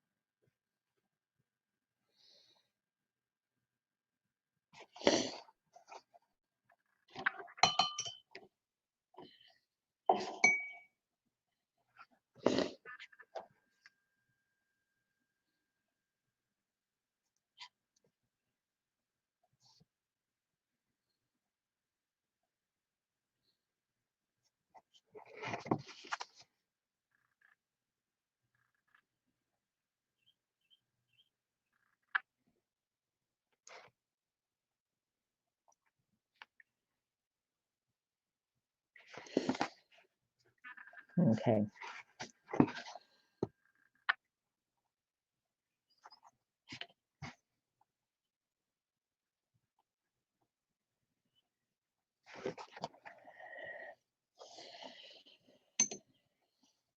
All right. This, I'm going to go ahead and wet. And I'm not sure if that's the best thing I could do right here, because I don't know that I want it spreading all over. But I'm going to let that dry just a little bit before I start putting paint on it. But you can, like when you pull away like that, you can kind of see the variation in color. I want to do that down in this slipper now.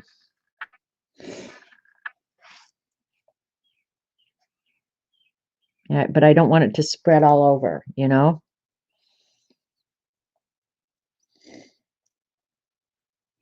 And if I had more experience, honestly, I probably would know the correct technique to do here. But because of my inexperience, I'm just not sure. So I'm just going to do my best.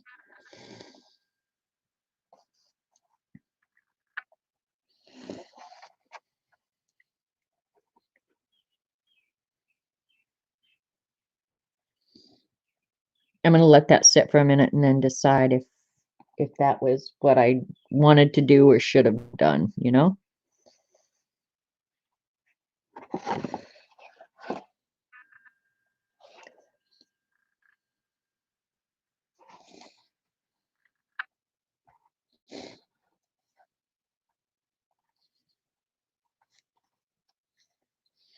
This one almost has none on it, but I'm going to give it some.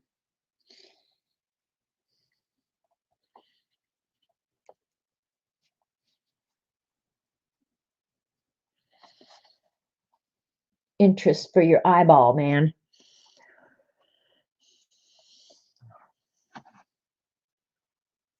All right, I'm going to add some more of the peach in here because I definitely want it darker.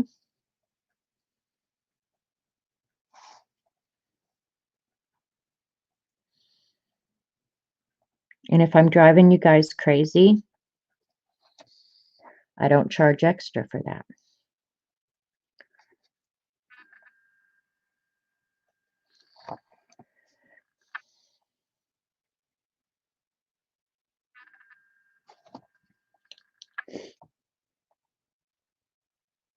Okay, that's kind of how I want it.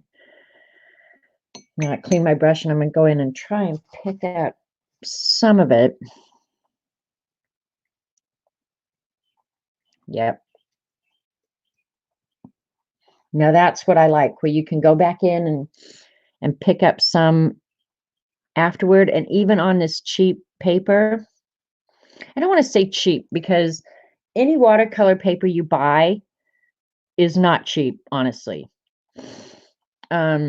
It's just not as expensive as Arches, but look at, you can go in and pick up the paint really nicely in there, you know, to give the impression of wrinkles or whatever it is that you want.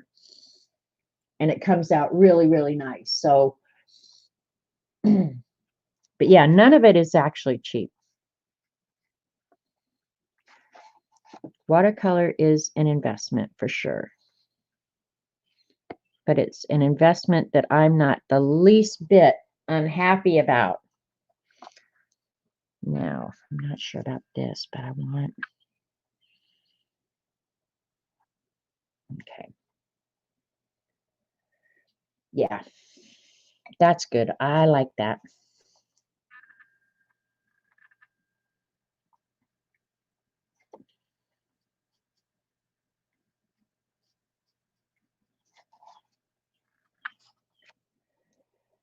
All right, here we go. I'm going to try and do the same on here, you know, try and put paint in one place, and then where I want the wrinkles and stuff to disappear, or the highlights, I guess, is actually what I'm talking about. I'll just pick the paint up, try and remove it again. And this is one of those hit or miss things, you know. It happened to work really good on this paper this time. Now, this is another thing. If I wanted that more white, this is one of those things where if I went in with the Mr. Clean Eraser, I probably could get that almost back to white. So, budget friendly. There you go. But yeah, none of it is cheap, quite frankly.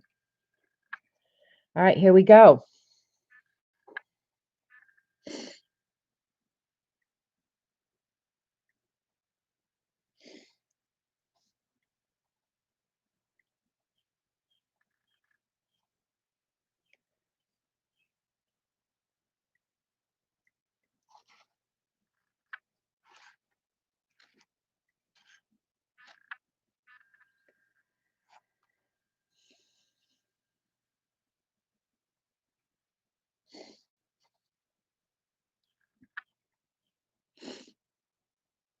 And I didn't draw in this little thing that's built into her shoe right there, but I'll draw that in later.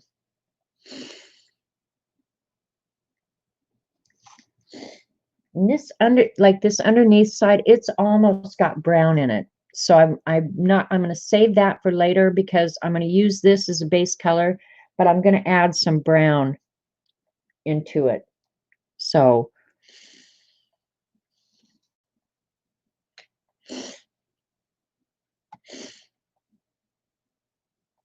when this gets to a certain point, I'll start lifting out.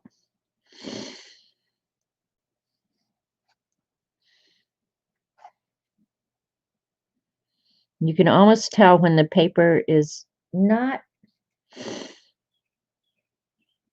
quite dry.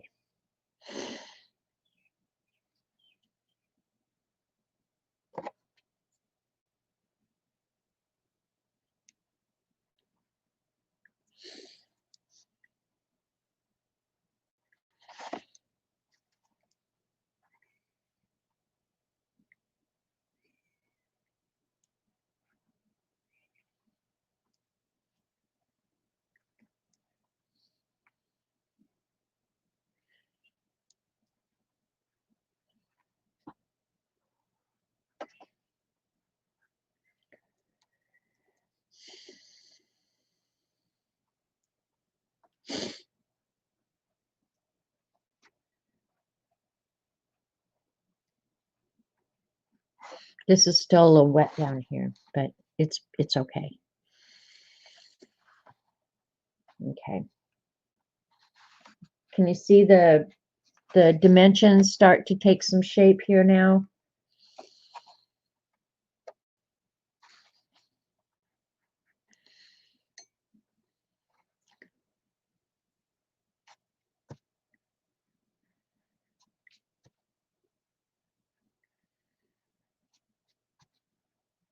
In this case, water is acting like my eraser.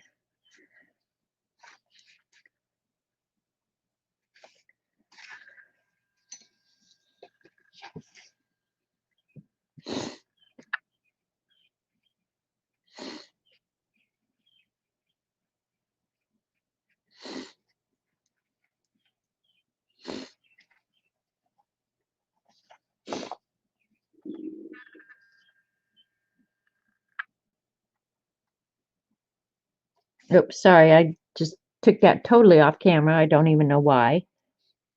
Probably so I wouldn't have to look around the camera. Yeah, it definitely is getting kind of a soft. You can tell that it's got some give to it. So, yeah. And I'm about an hour out, so I need to start picking up the pace around here. I'm really happy with this. This is the inexpensive paper, inexpensive paint.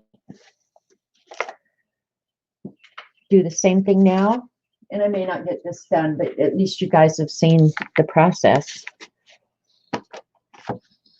Okay, now this one, can you see how the gray kind of stayed more in this painting than in the other, and the color is staying, I don't know how to even describe it. Not sure that I'm crazy about it because it makes it looks like it's outlined, and I don't particularly care for that. But I think when I do the background on this, I can eliminate that. That's what I'm counting on. So let's see which of these colors I want to. That is so dark.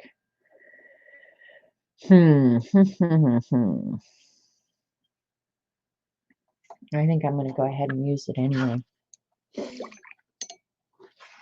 I think.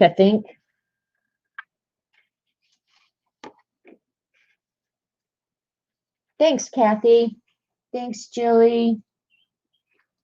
Brooke. Hi, Brooke. I didn't say hi to you when you came in. I didn't see you come in. My bad. Oh, I'm going to use just, and this might be too dark. I might have to soften this color.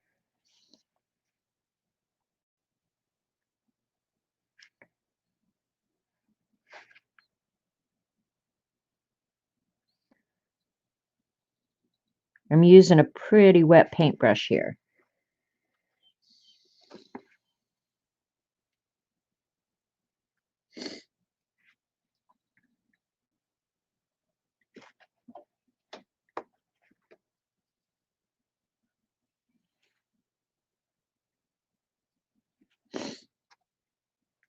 And I'm not going to put the same wrinkles and stuff in each of the shoes. I'm using the reference art at this point, just kind of as an idea of what I want it to look like at some point. You were focused, freak. I was, Brooke. When I get painting, I do get focused. I will be the first to admit that. I get focused, you freak. Okay, and I don't want to add a lot of color over here.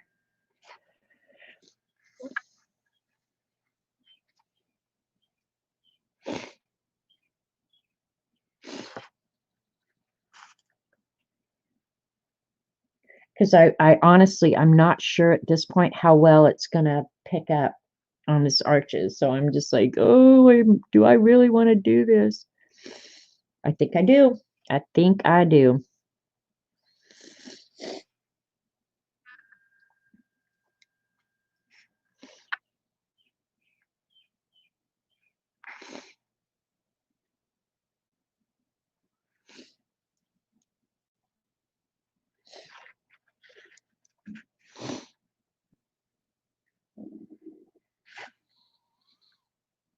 I'm going to end up with a hard line there if I'm not careful. And I don't necessarily want that.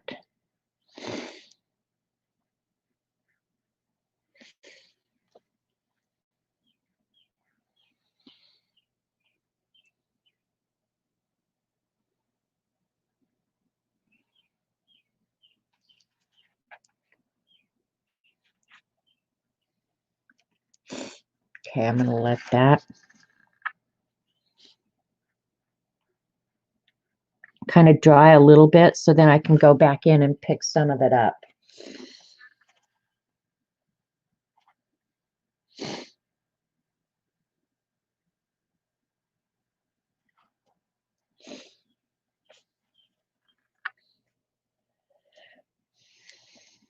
See, I want to go back in and different thing. You can't do that. You can't do it. As much as I want to. And try and start picking this up. And I'm not sure with this arches if I'm going to be able to do that. And if you can't pick it up, I can go back in with gouache later. I can go back in with colored pencil later. I can go back in and correct the things that I goofed up this time because it's just a different learning curve.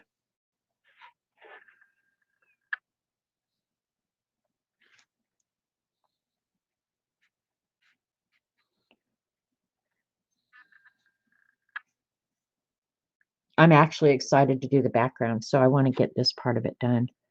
But you can't, like, you can't go out of order, you know, like I've got to take the time to do the details here. Yeah,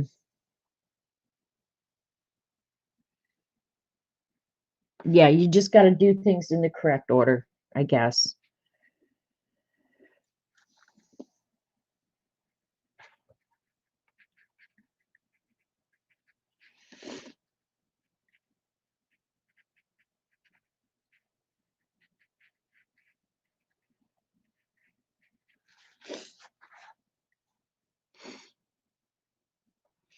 This one is actually just absolutely smooth. It doesn't show any wrinkles.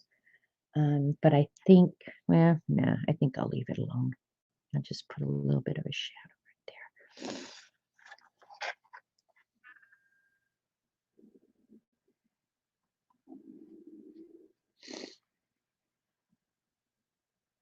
Oh, I think I was whining last week. I know I whined to Dee Dee, but I don't know if I whined to you guys about that I can't find my coffee ice cream. You guys, I made my own, and it was delicious. I used the Bluebell ice cream, which Robert and I both love, and then I used instant coffee and put it in the freezer and let it get real cold, and then added it when I made my milkshake. It was perfect. It was so good. Bluebell ought to freaking hire me. So, yeah, you won't be hearing me whine anymore about lack of coffee ice cream. Haha, Bluebell suckers. I can make my own. Don't even need your crap no more. Well, I'll buy their vanilla. But yeah, I was so excited. I think when I was talking to Dee Dee, I was just like, wait, I got something else I got to tell you. I was so excited. It was such a good day. When I figured out I could make my own coffee ice cream, and it was delicious. All right, this part I'm going to wet because it's a much bigger area, and I want it to be really, really soft.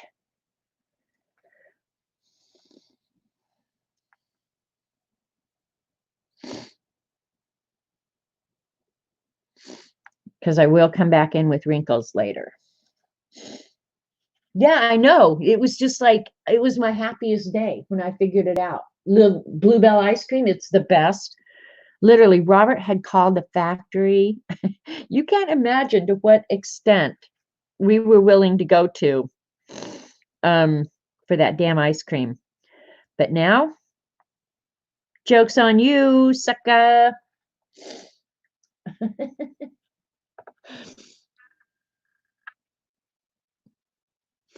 I'm addicted. I mean, I am absolutely flipping addicted to that crazy ice cream. I wish I wasn't. I mean, I really wish I wasn't, but I am. All right, this needs to be darker. Why am I sitting here painting ballerina slippers thinking about coffee? Because I know Robert's going to go get me a pizza here in a little while.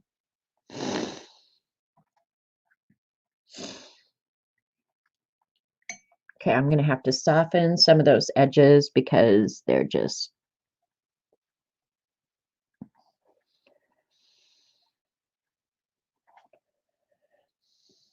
looking really pretty good for a numbskull like me. who just does this. Oh, now see, that picked up really nice. So I maybe had tried to do that too early because that actually picked up really nice right there. Yeah, let me try it over here. Yep, it's going to do it again. Okay, see that? There's something I learned right there. Learning curve. I had tried to pick it up too soon before it had actually settled into the paper. So the only thing I worry about now is I don't want it to leave hard edges, and it might. And I don't want that.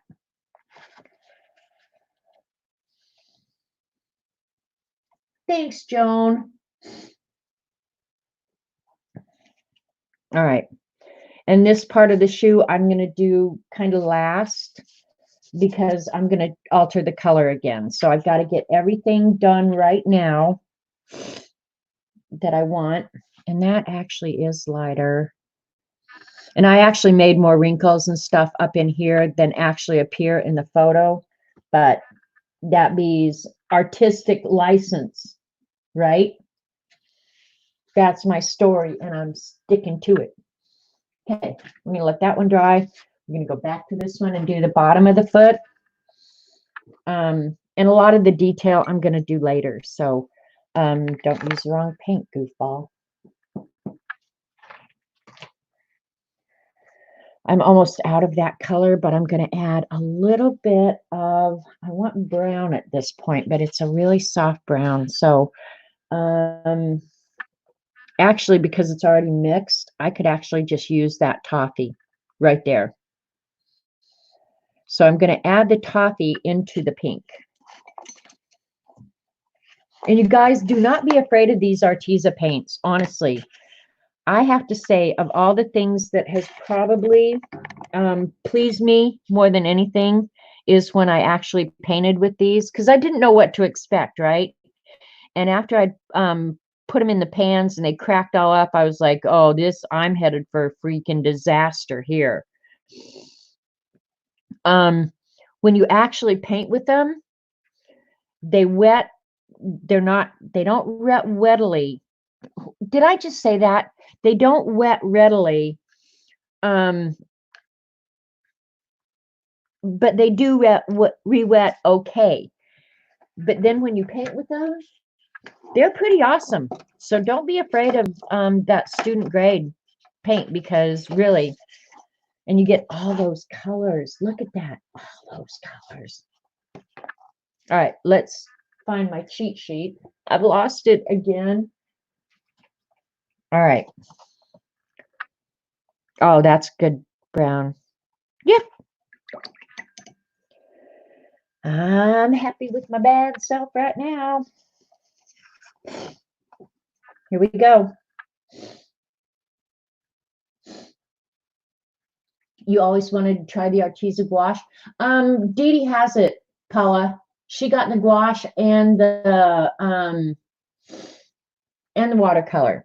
I think she might have given the watercolor to Cameron. I don't know. But yeah, she got both of them. And you had asked about the Paula, you had asked about the HIMI. Oh, well, I'll get it out. Remind me. The gouache in that plastic container. It's HIMI, I think. Cooey sent it to me. Honestly, there is nothing wrong with that either. Nothing at all. It's not bad.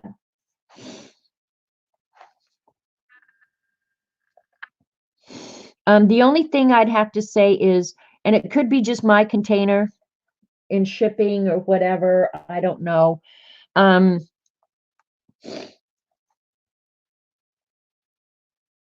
It doesn't seal real well. So the paint's kind of dried out and cracked, but again, they re-wet so nicely that it's not even a thing. So I'll show them here in a minute to you so you can see kind of what happened with them. But honestly, there is absolutely nothing wrong with them. Thanks, Mo. You just tweeted a pic. Coco wants me to decide who to watch, her or you. Oh, I can hardly wait to see that. Okay, and I went ahead and painted that color, and I need my sopper upper. What did I do with it? I need a new one. I keep a pile behind me. And actually, these that I use for sopper uppers, they are the underside of napkins, you guys. When I take the napkins apart, I use the back to suck up my watercolors. Hi, Lydia. Okay. Anyway, yeah, remind me, Paula, and I'll show those.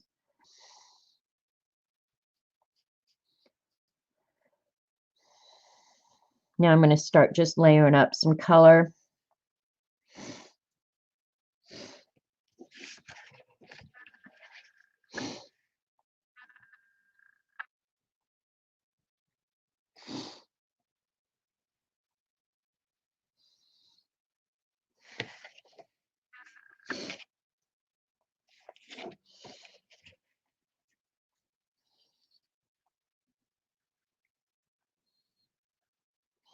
I'm watering a little bit down so I can make a shadow right in there.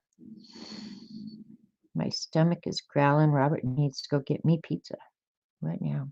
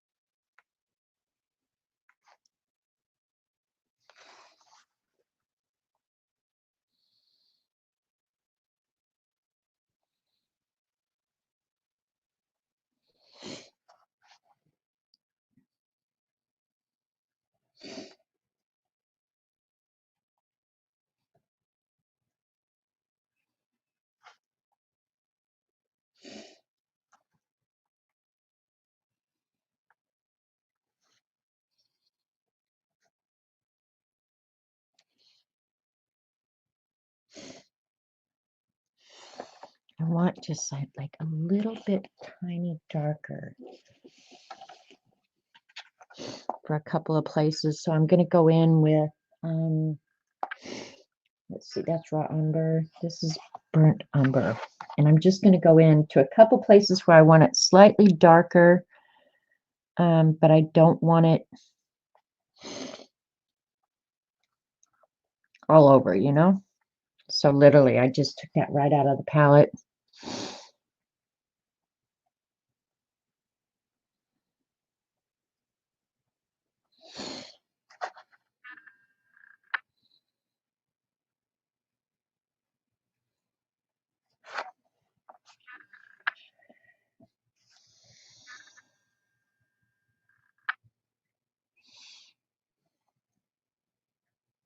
All right, and then right up here.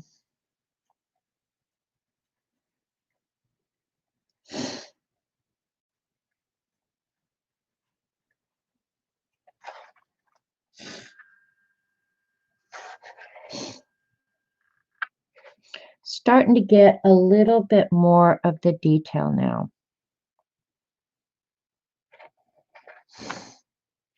Oops, wrong brown.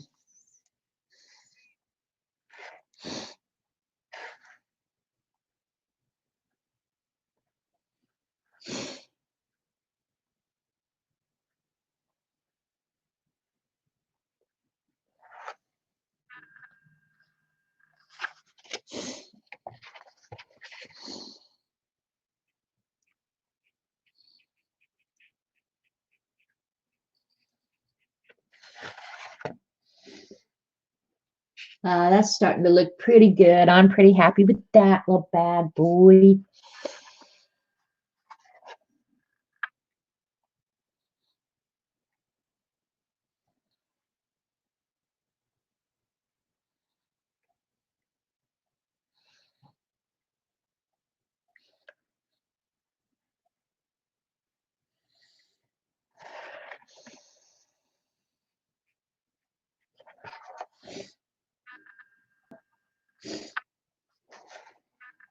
I wish I'd curved that a little bit more, but I didn't. So what are you going to do?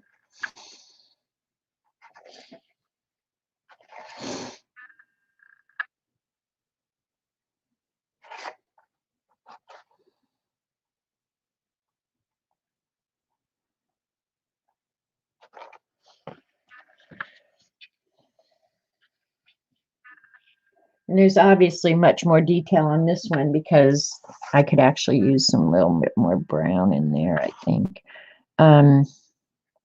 Because you're seeing the bottom of the shoe, right? All right, now I'm going to take that same brown, what did I say I used? I used burnt umber, or raw umber is actually what I used. And I'm going to go ahead and put some of it out here on the palette.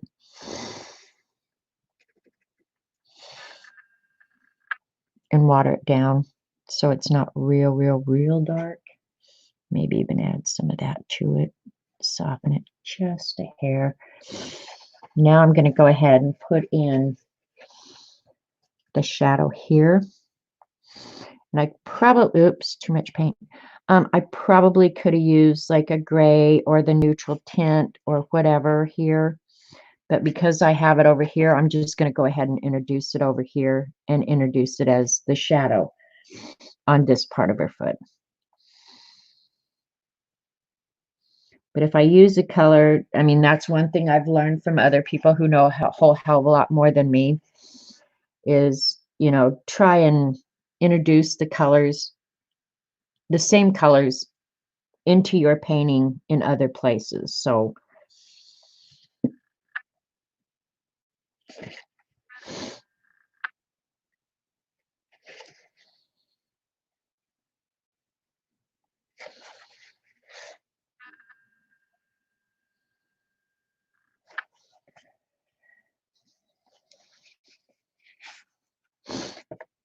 that is not the smoothest line I've ever painted in my life.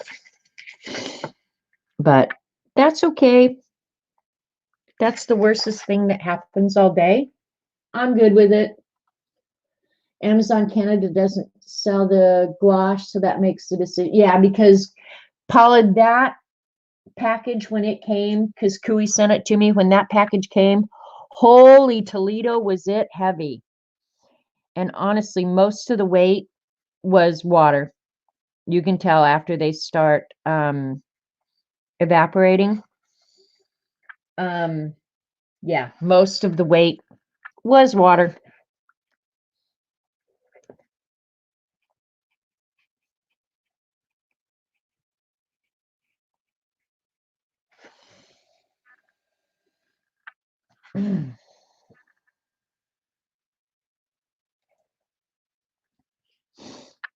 So I appreciate you guys hanging with me while I'm so slow. And I understand I'm slow, but I think it's kind of a process that if you rush it, and especially if you're not really experienced, which I am not, you're not going to like your results. So I appreciate you guys hanging with me. Wish I hadn't added that dark, but we'll try and smooth it out.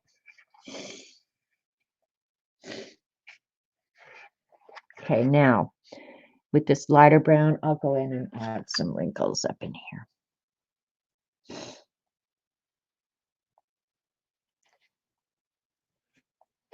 And this is dry down here is why I can put my hand on it.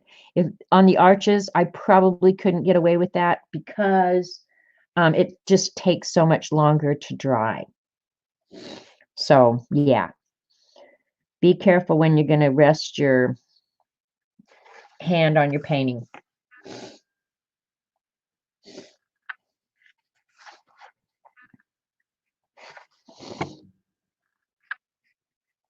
Because I can't even begin to tell you how many times I have put my hand down into the wet paint, and it ain't pretty.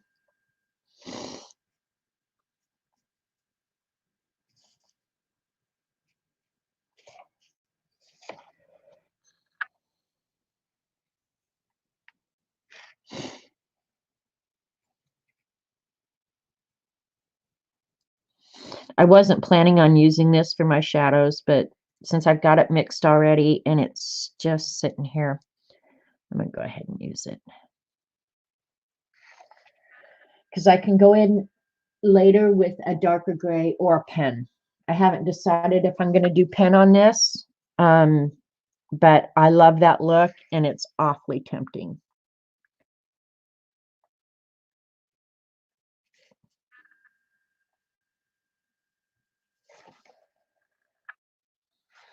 Okay, and I got it there. Okay, and I've got,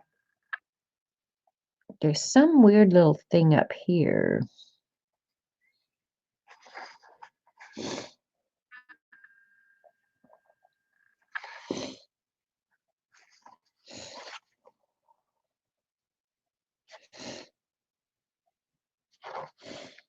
Sometimes the littlest thing can make the biggest difference.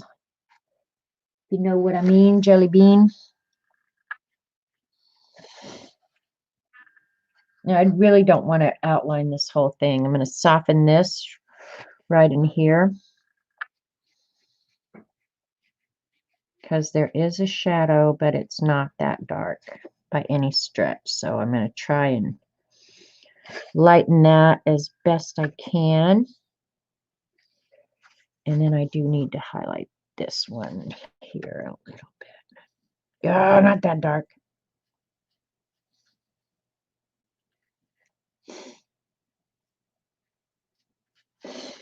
Okay.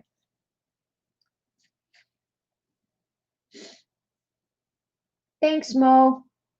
Yeah, I'm pretty happy so far with it. I think I need to highlight these a little bit, and I maybe can go back in right now.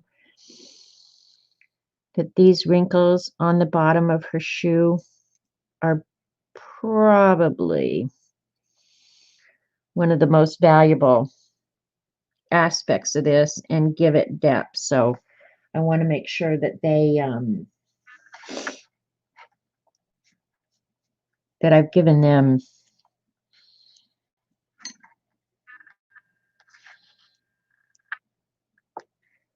as much attention as I think they need. Looking on the camera, it's looking pretty okay. I'm going to go in a little bit darker with these.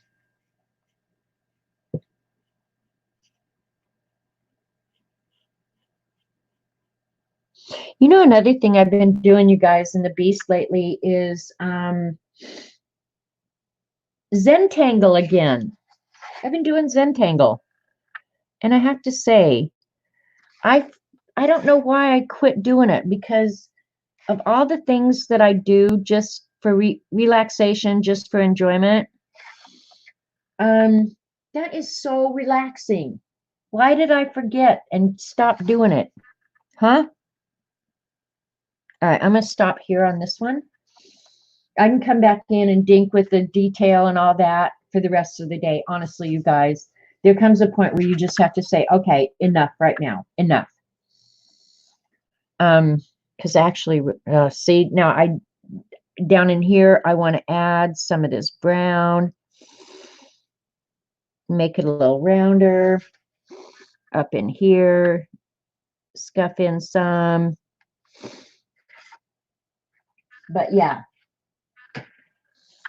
I'm never going to get the background in at the rate I'm going. And I think I want to do that while you guys are here. I know I do. There's Robert Vaughn back.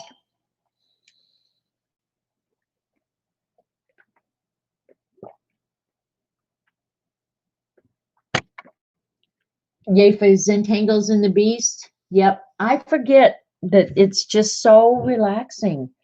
And I enjoy it so, so much. Wrong color palette.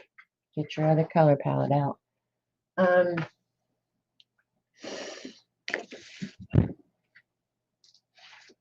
It's funny to look in there and it's a different white. Yeah. Bright as day.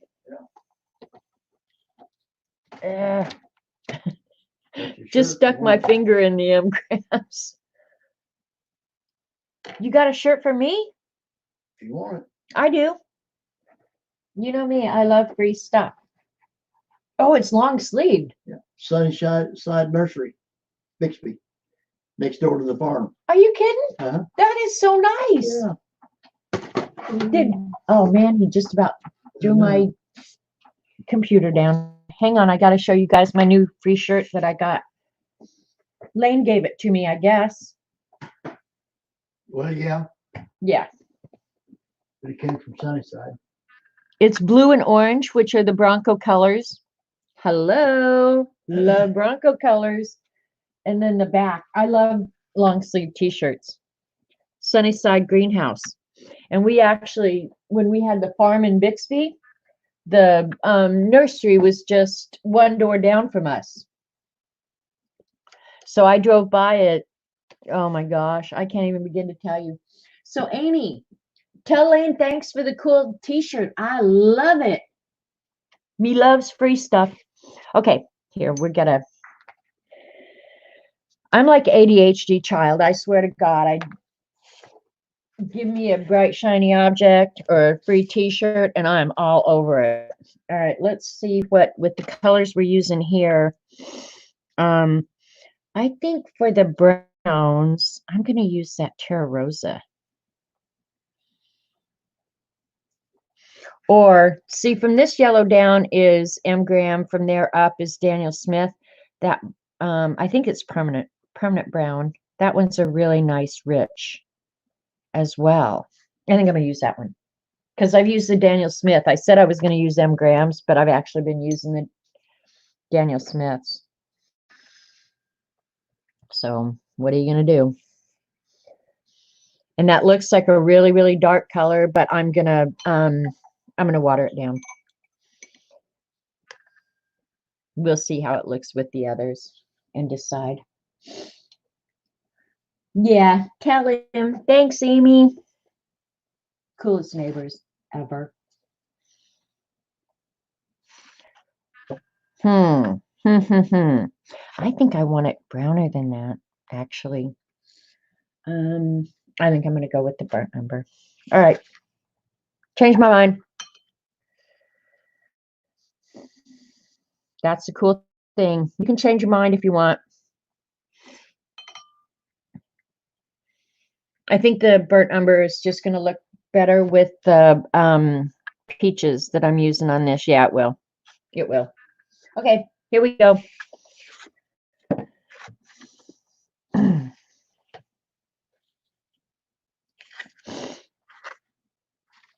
Let's go, boys and girls.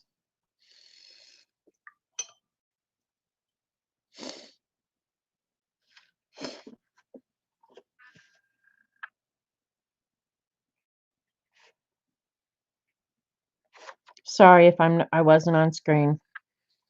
Sometimes I pull it up real close so that I can see it, and I forget that you guys are sitting there going, why can't we see anything? Because I am the center of the universe, and that's why. How you like that?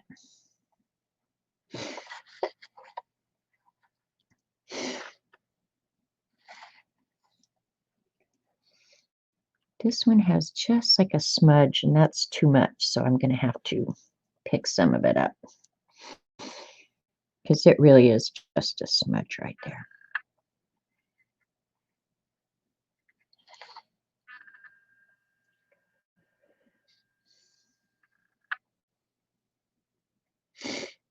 All right.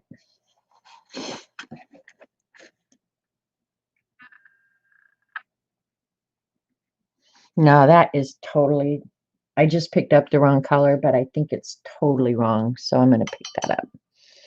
I'm going to have to go with a darker brown, I guess. I'm going to go over that so you don't have to worry about that. Yeah, I'm going to have to go with a darker brown. It's just not working for me on that.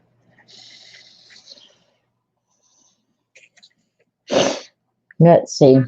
Let's try raw umber like we did on the other one. Duh. And it's the 5th in. Yep.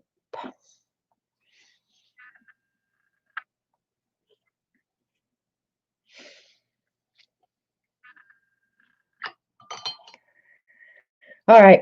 Let's see.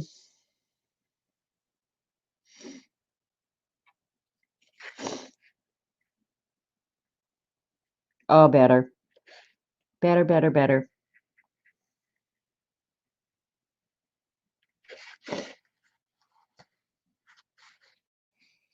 And in the actual photo, they're using like a neutral gray. They're using almost black. I don't know that I didn't want to really do that.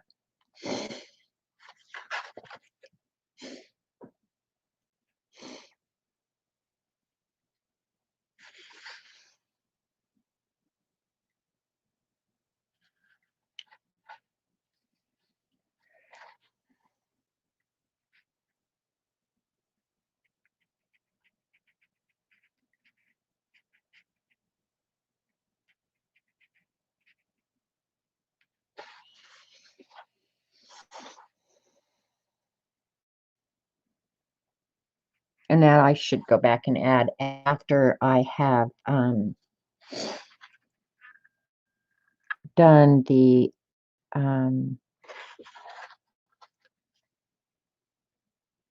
background. The background makes me a little nervous, but that's okay. Remember when we started this, I said I was already nervous, so what the hell.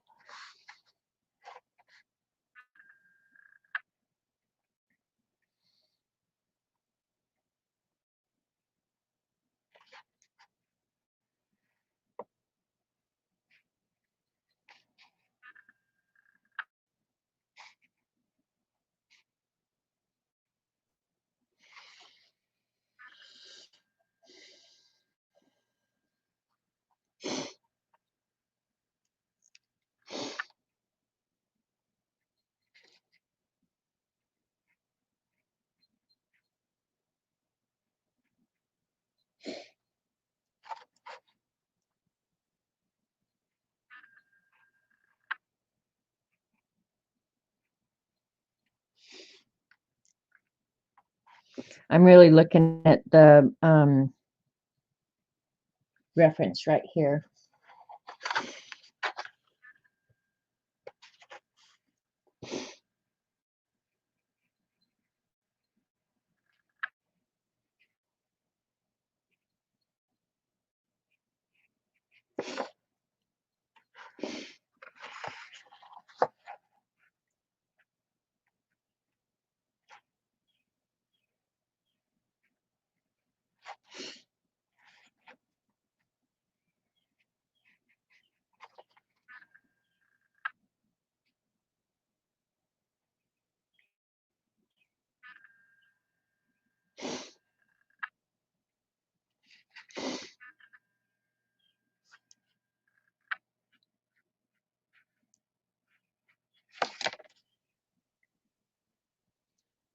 Got quiet, thinking.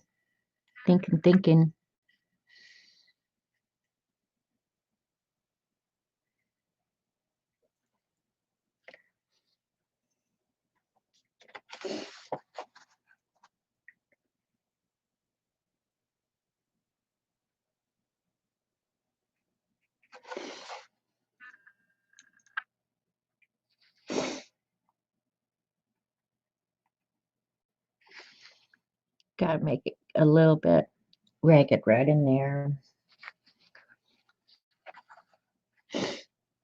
What did I do on the other one? Let me see. Okay. Don't think I'm going to take a little bit of this dark and I'm going to water it down because I think it's too dark. For the wrinkles going up into the shoe. We'll see. I might have watered it down too much. Cat hair.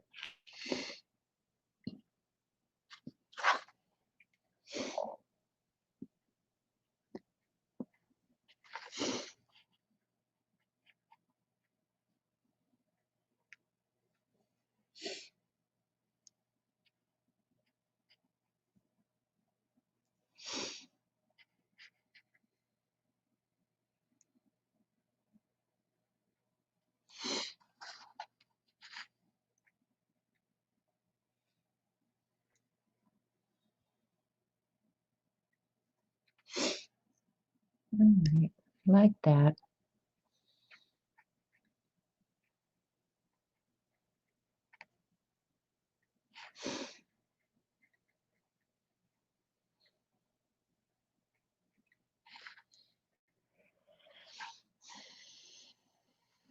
Wish I hadn't done that, actually. I'll go back in. Now that's one nice thing. I can go back in with the skin tone later and probably cover that up. All right.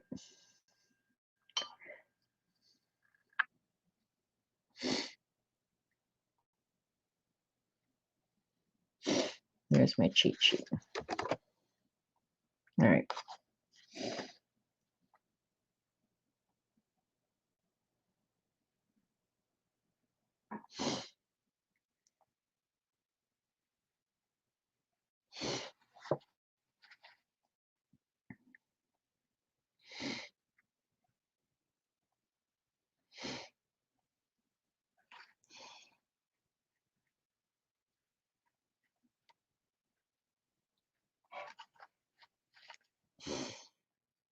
Okay, now that I've gotten this wet, to get it a shade or two darker, I'm going to have to wait to put the wrinkles in.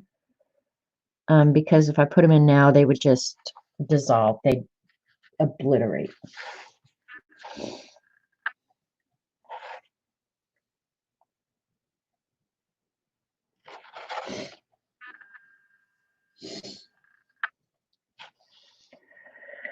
All right, this one I'm going to let dry for a minute. Oh, that makes me mad that I did that right at the end. That pisses me off. It's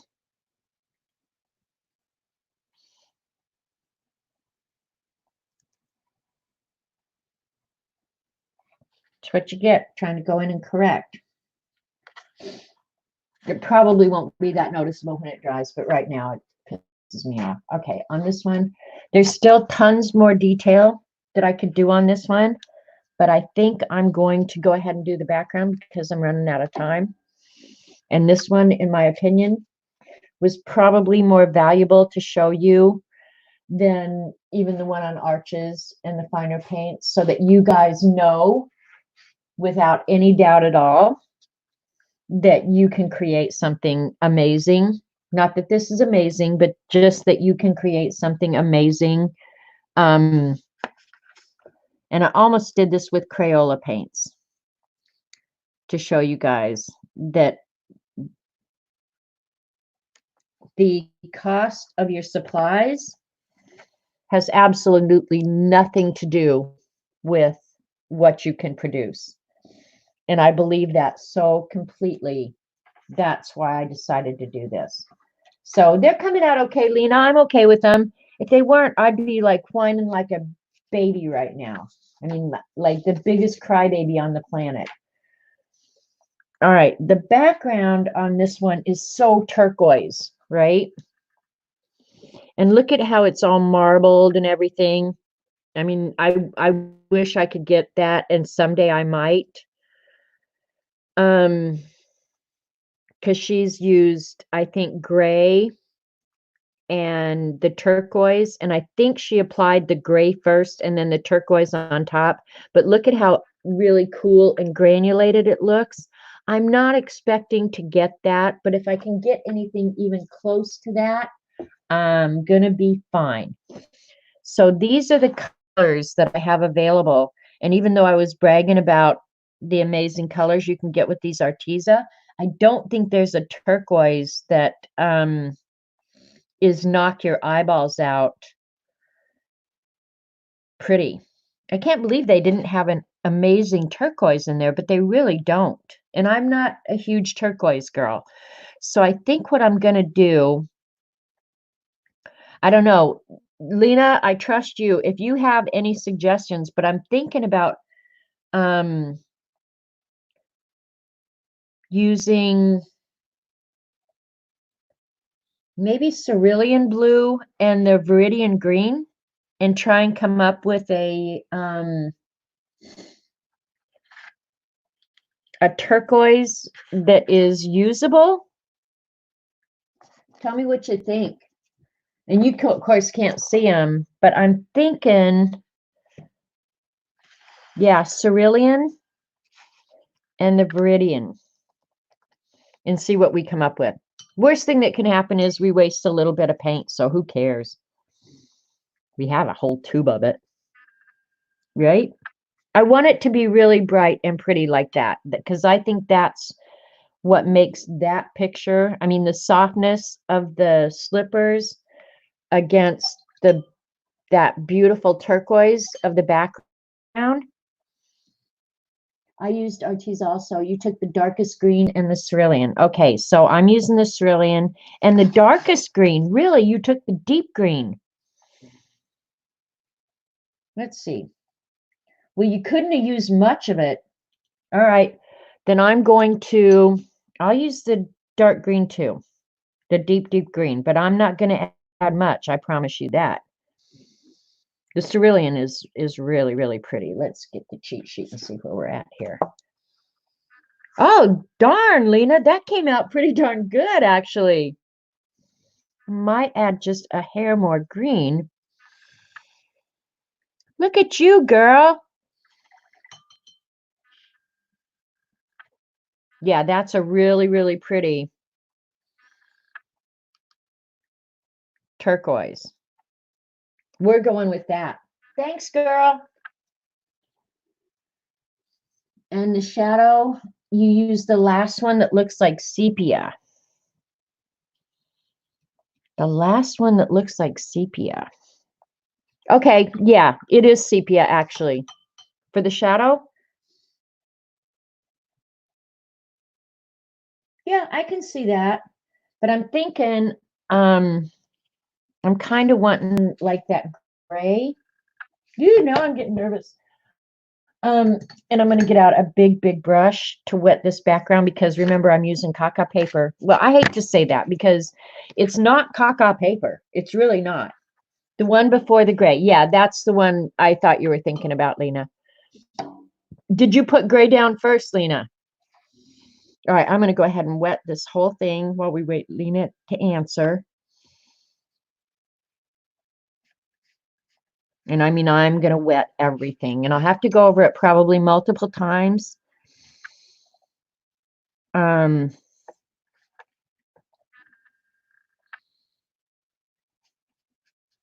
Lena's already done, so that tells you, well, she's probably only doing one painting though, too. And I'm doing two. How's that for finding a good excuse for why I'm slow as hell?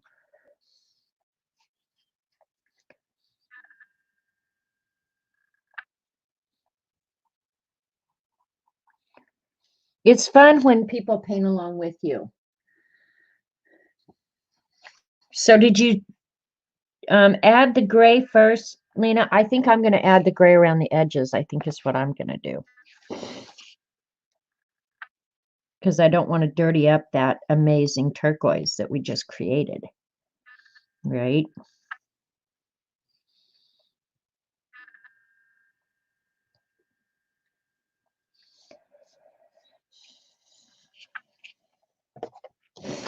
All right, boys and girls, I'm psyched for this part of it. It either is going to come out good or we're just going to screw up the whole thing. And if it is, I'm still going to eat pizza and have a milkshake, so it won't matter to me. How about that? Better luck next time, sucker. All right. And I got to get the granulation medium ready because I think I'm going to drop some granulation in it and just see what it does. Why buy this junk if you're not going to use it, right? All right, here we go. I'm going to get that wetter because I can see that it's already drying. So, all right, here we go. Keep your fingers crossed.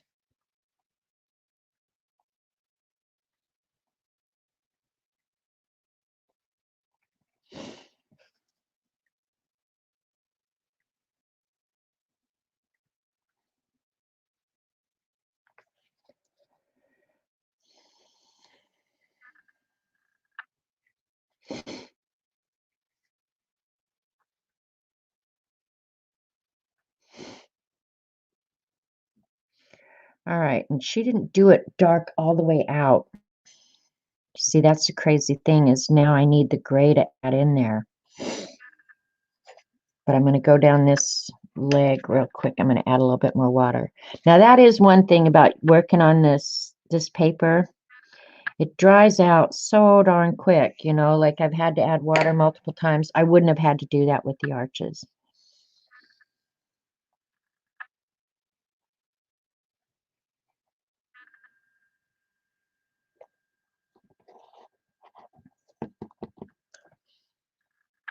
I probably should have. This is frustrating right now.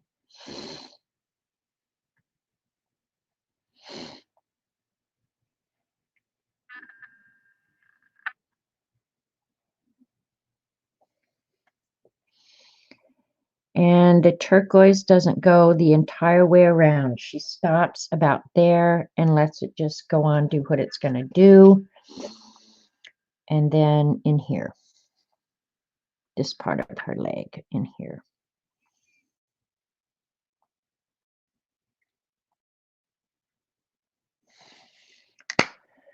All right. Taking a little bit of the granulation. And I don't know if it's going to do anything in this Arteza other than water it down. We're just going to give it a try and see.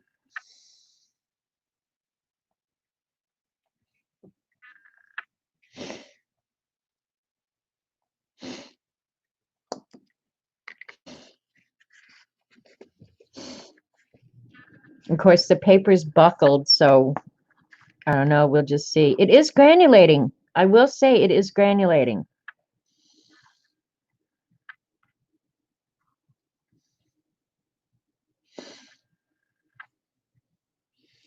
Now I'm going to tease it a little bit where I want it to go and be a little bit lighter. Oh,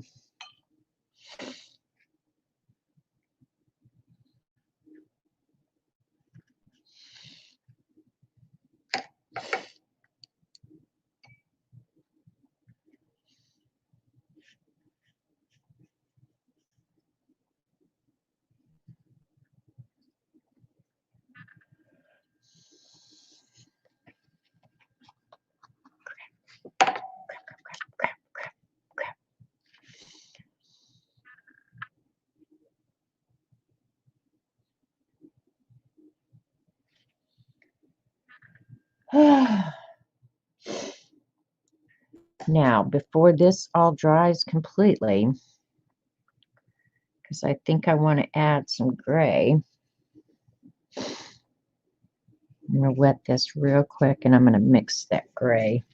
Over there, it worked beautifully. Beautifully.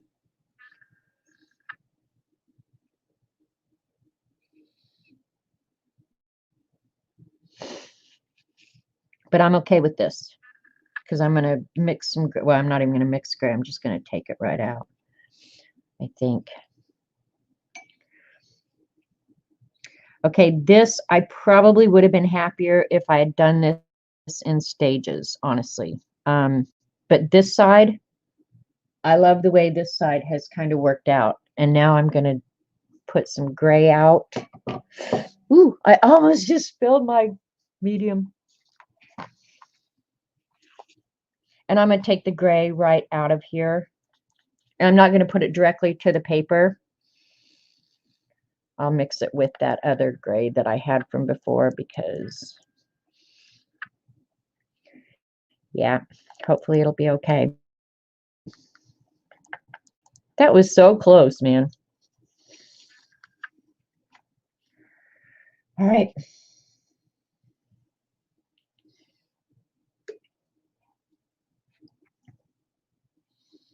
I hope there's enough water for this to work. You never know until you try, right?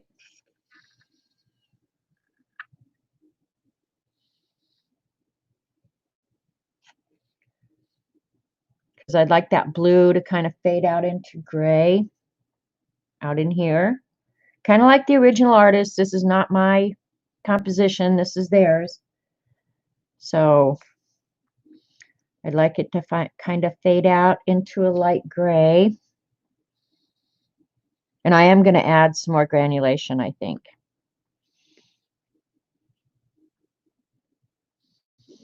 And this might have worked better, honestly, if I had taped it down.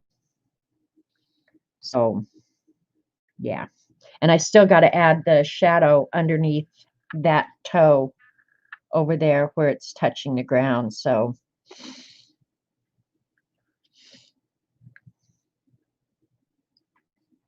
and I'm 10 minutes out, man. 10 minutes out. So you're probably not going to see that, the shadow under the toe, but I will probably use the sienna like. I don't want that hard watermark right there, so I'm going to drop the granulation fluid in right up there. I like that really dark, though, against that leg, though, so.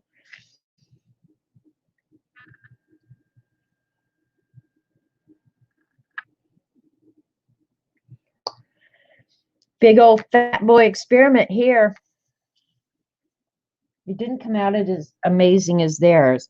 But another thing I can do, and of course, there's no instructions for what they did, so at this point, I'm really just guessing. But it looks like one of the things they might have done is go back in with a paper towel or something and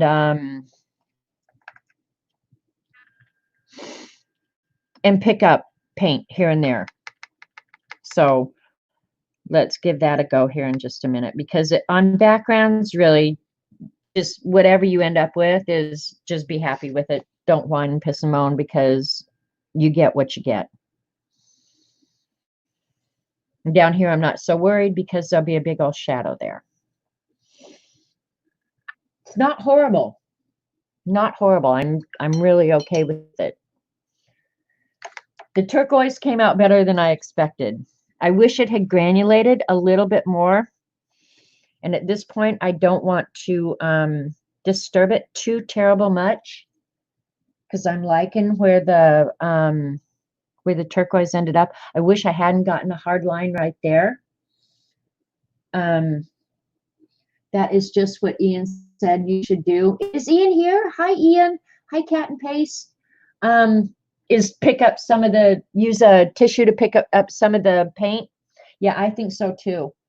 But I need I think what Europeans would call a kitchen towel, kind of a stiff paper towel rather than the back of a Kleenex, because it's too soft. It'll just pick up everything. So let me get a little bit stiffer kitchen towel. What did I just drop? This was a fun stream for me, you guys. I hope you enjoyed it as much as I did. I'm kind of afraid now. Hi, Ian. Thanks for being here and lending moral support, going, oh my God, this girl, if she doesn't hurry up, I'm going to kill her. Thank you, Ian. Because see, I want this crunched up where I have lots of surfaces that'll touch, because that's what ends up giving you cool texture, you know? Like up in there, that I love that up in there. That is so nice.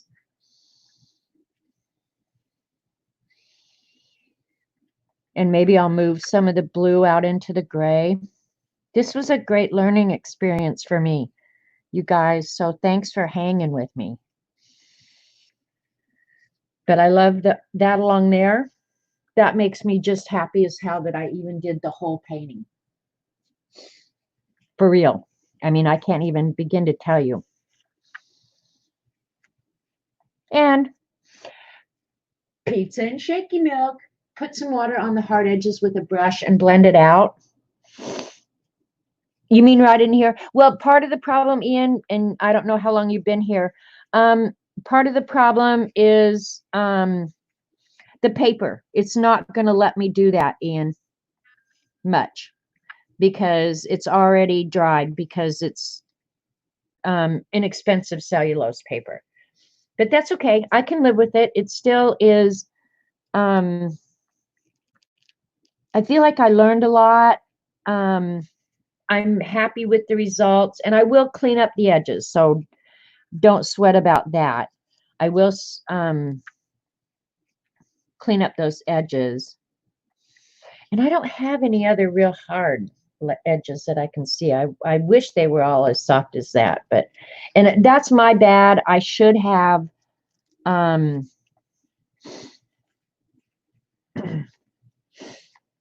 just done one side, moved it, done the other side, knowing that I had caca, paper that I was working with. But just the unevenness, I'm okay with it. I mean, I do got to clean up the edges now. But that's going to be no big deal. In here, I'm a little pissed that that happened, but I think I can pick that up. And right now, I dirtied my clean water, so I don't have pristine water right now either. I'm going to try and pick that up. Wish me luck. Wish me luck. Ah. Sometimes you don't know if you're going to make it worse or better. That worked okay. I got the blue off of her leg. I would have just had to turn it into a creepy tattoo. That one came up pretty good too. So yeah, that came out pretty good. If I had my heat gun, I could dry this. I don't mind drying the cellulose paper.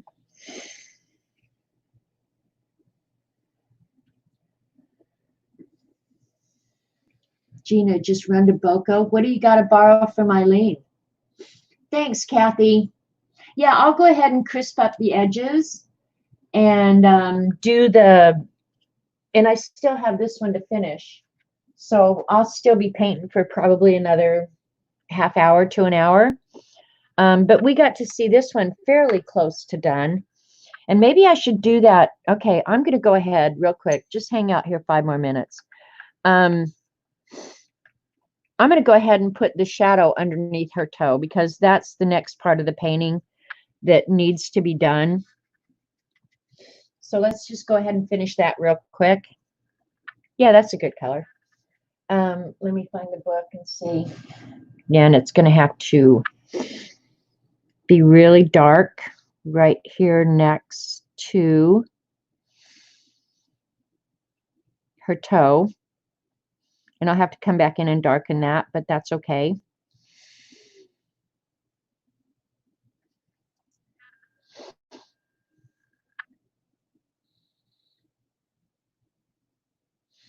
And I think, let's just try it. I don't know. I wish that paper was a little bit wetter, so, but I don't want to put my paintbrush on there, so I'm going to just spray it.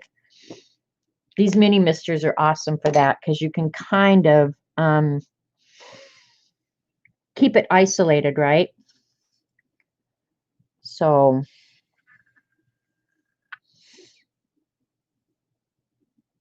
of course, the danger in that is I got the slipper wet too, so it would, but it didn't go up there, so it's okay.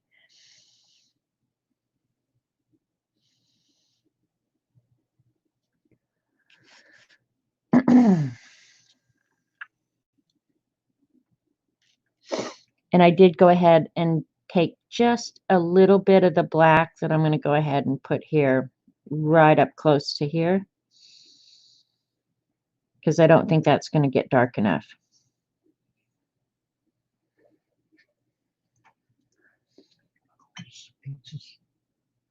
You're the man. Then you want a sandwich? No, I think you can get them down at DG. You don't even have to go all the way into town if you don't want. Okay, So up to you, hon. Whatever you want. I don't care. but I'll do whatever. If you want a sandwich, I'll go get them. No, let's have pizza and shaky milk. Okay. Look at your happy face. Really? I like your happy face. I like my happy face too when it comes to that, for sure.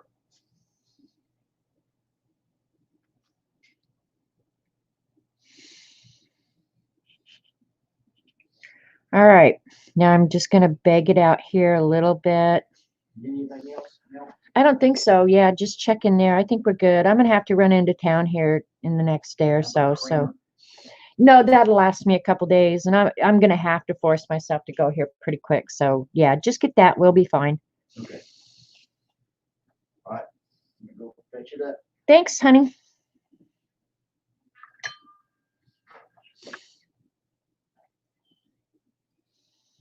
How about cat food? I only see one left. Yeah, pick up a couple cat foods. Okay.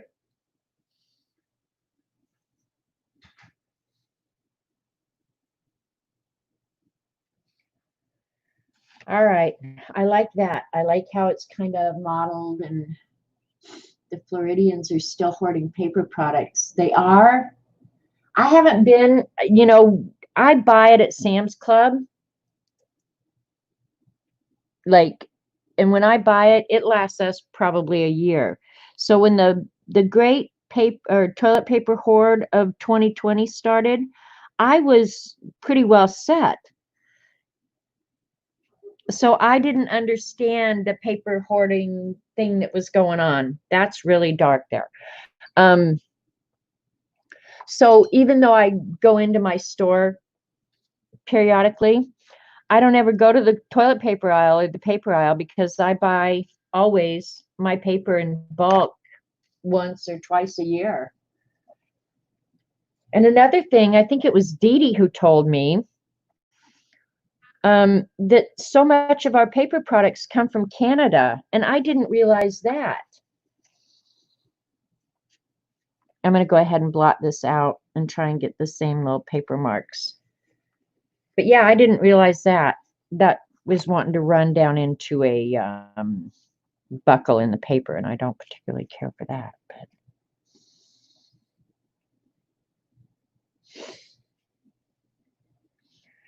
But I want the shadow area bigger. This is frustrating. Frustration.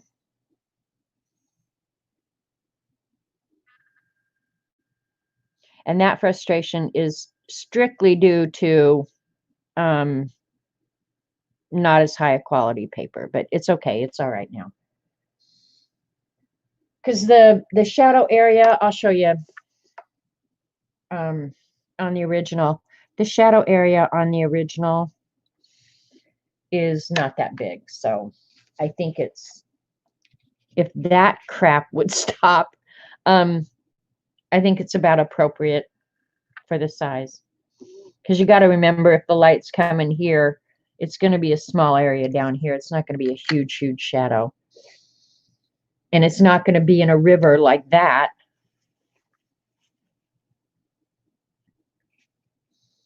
But I think I got it out of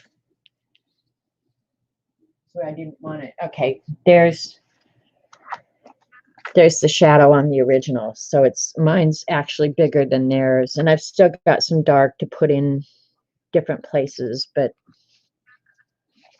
I don't know. I'm happy with it. I'm okay with it. And where's the other one? Here's the other one that I'm not quite finished with. So I'll go ahead and finish this one.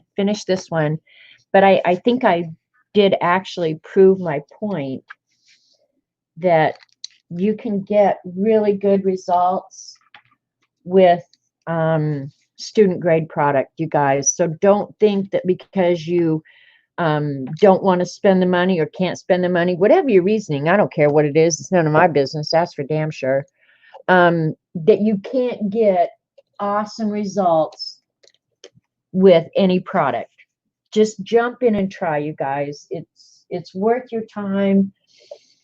I'm tickled to death with the results of this one. I still got a little bit of work to do, but I'm okay with it. Sop a bit up with the edge of the towel.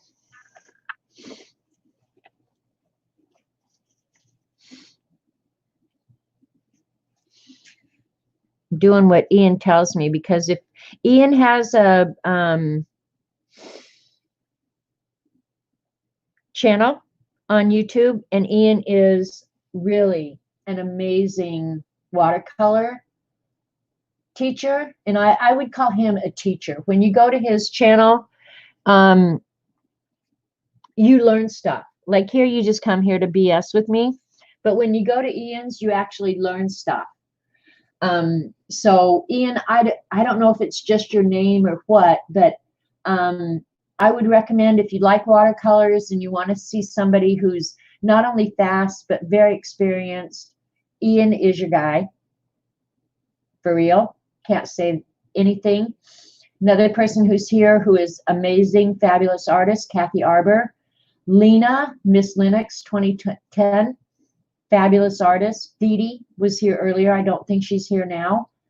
But yeah, like if there's some really instructive people out there that they don't stream actual classes, but if you go and you watch, you learn stuff every time. I learn something every time I watch Ian. I learn something. And I think more than anything is Ian is fearless. That's what I would call Ian. Ian is fearless.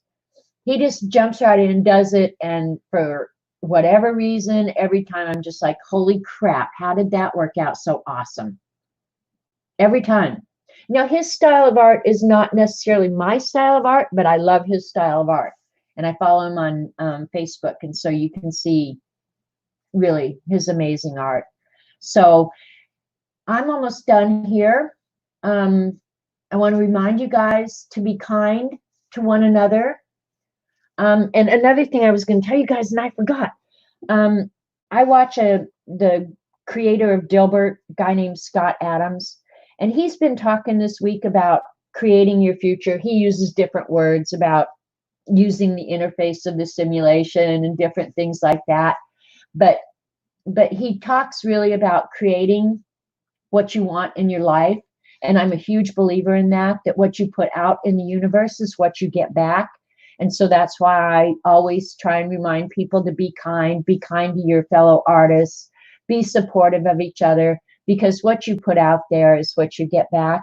But I also believe along with Scott Adams, that you create your own reality with your mind, because it's much like programming. Program your brain to be happy. That's what I would leave you with today. I've done it for years, and I've had crap in my life, believe me. But one thing I can say for myself is I have taught myself how to be happy. And I hope I'm always good to others, and I hope you are too. So support your artists and be good to one another, okay? All right, I love all you guys more than you know. So go create amazing art, and I will see you on the interwebs.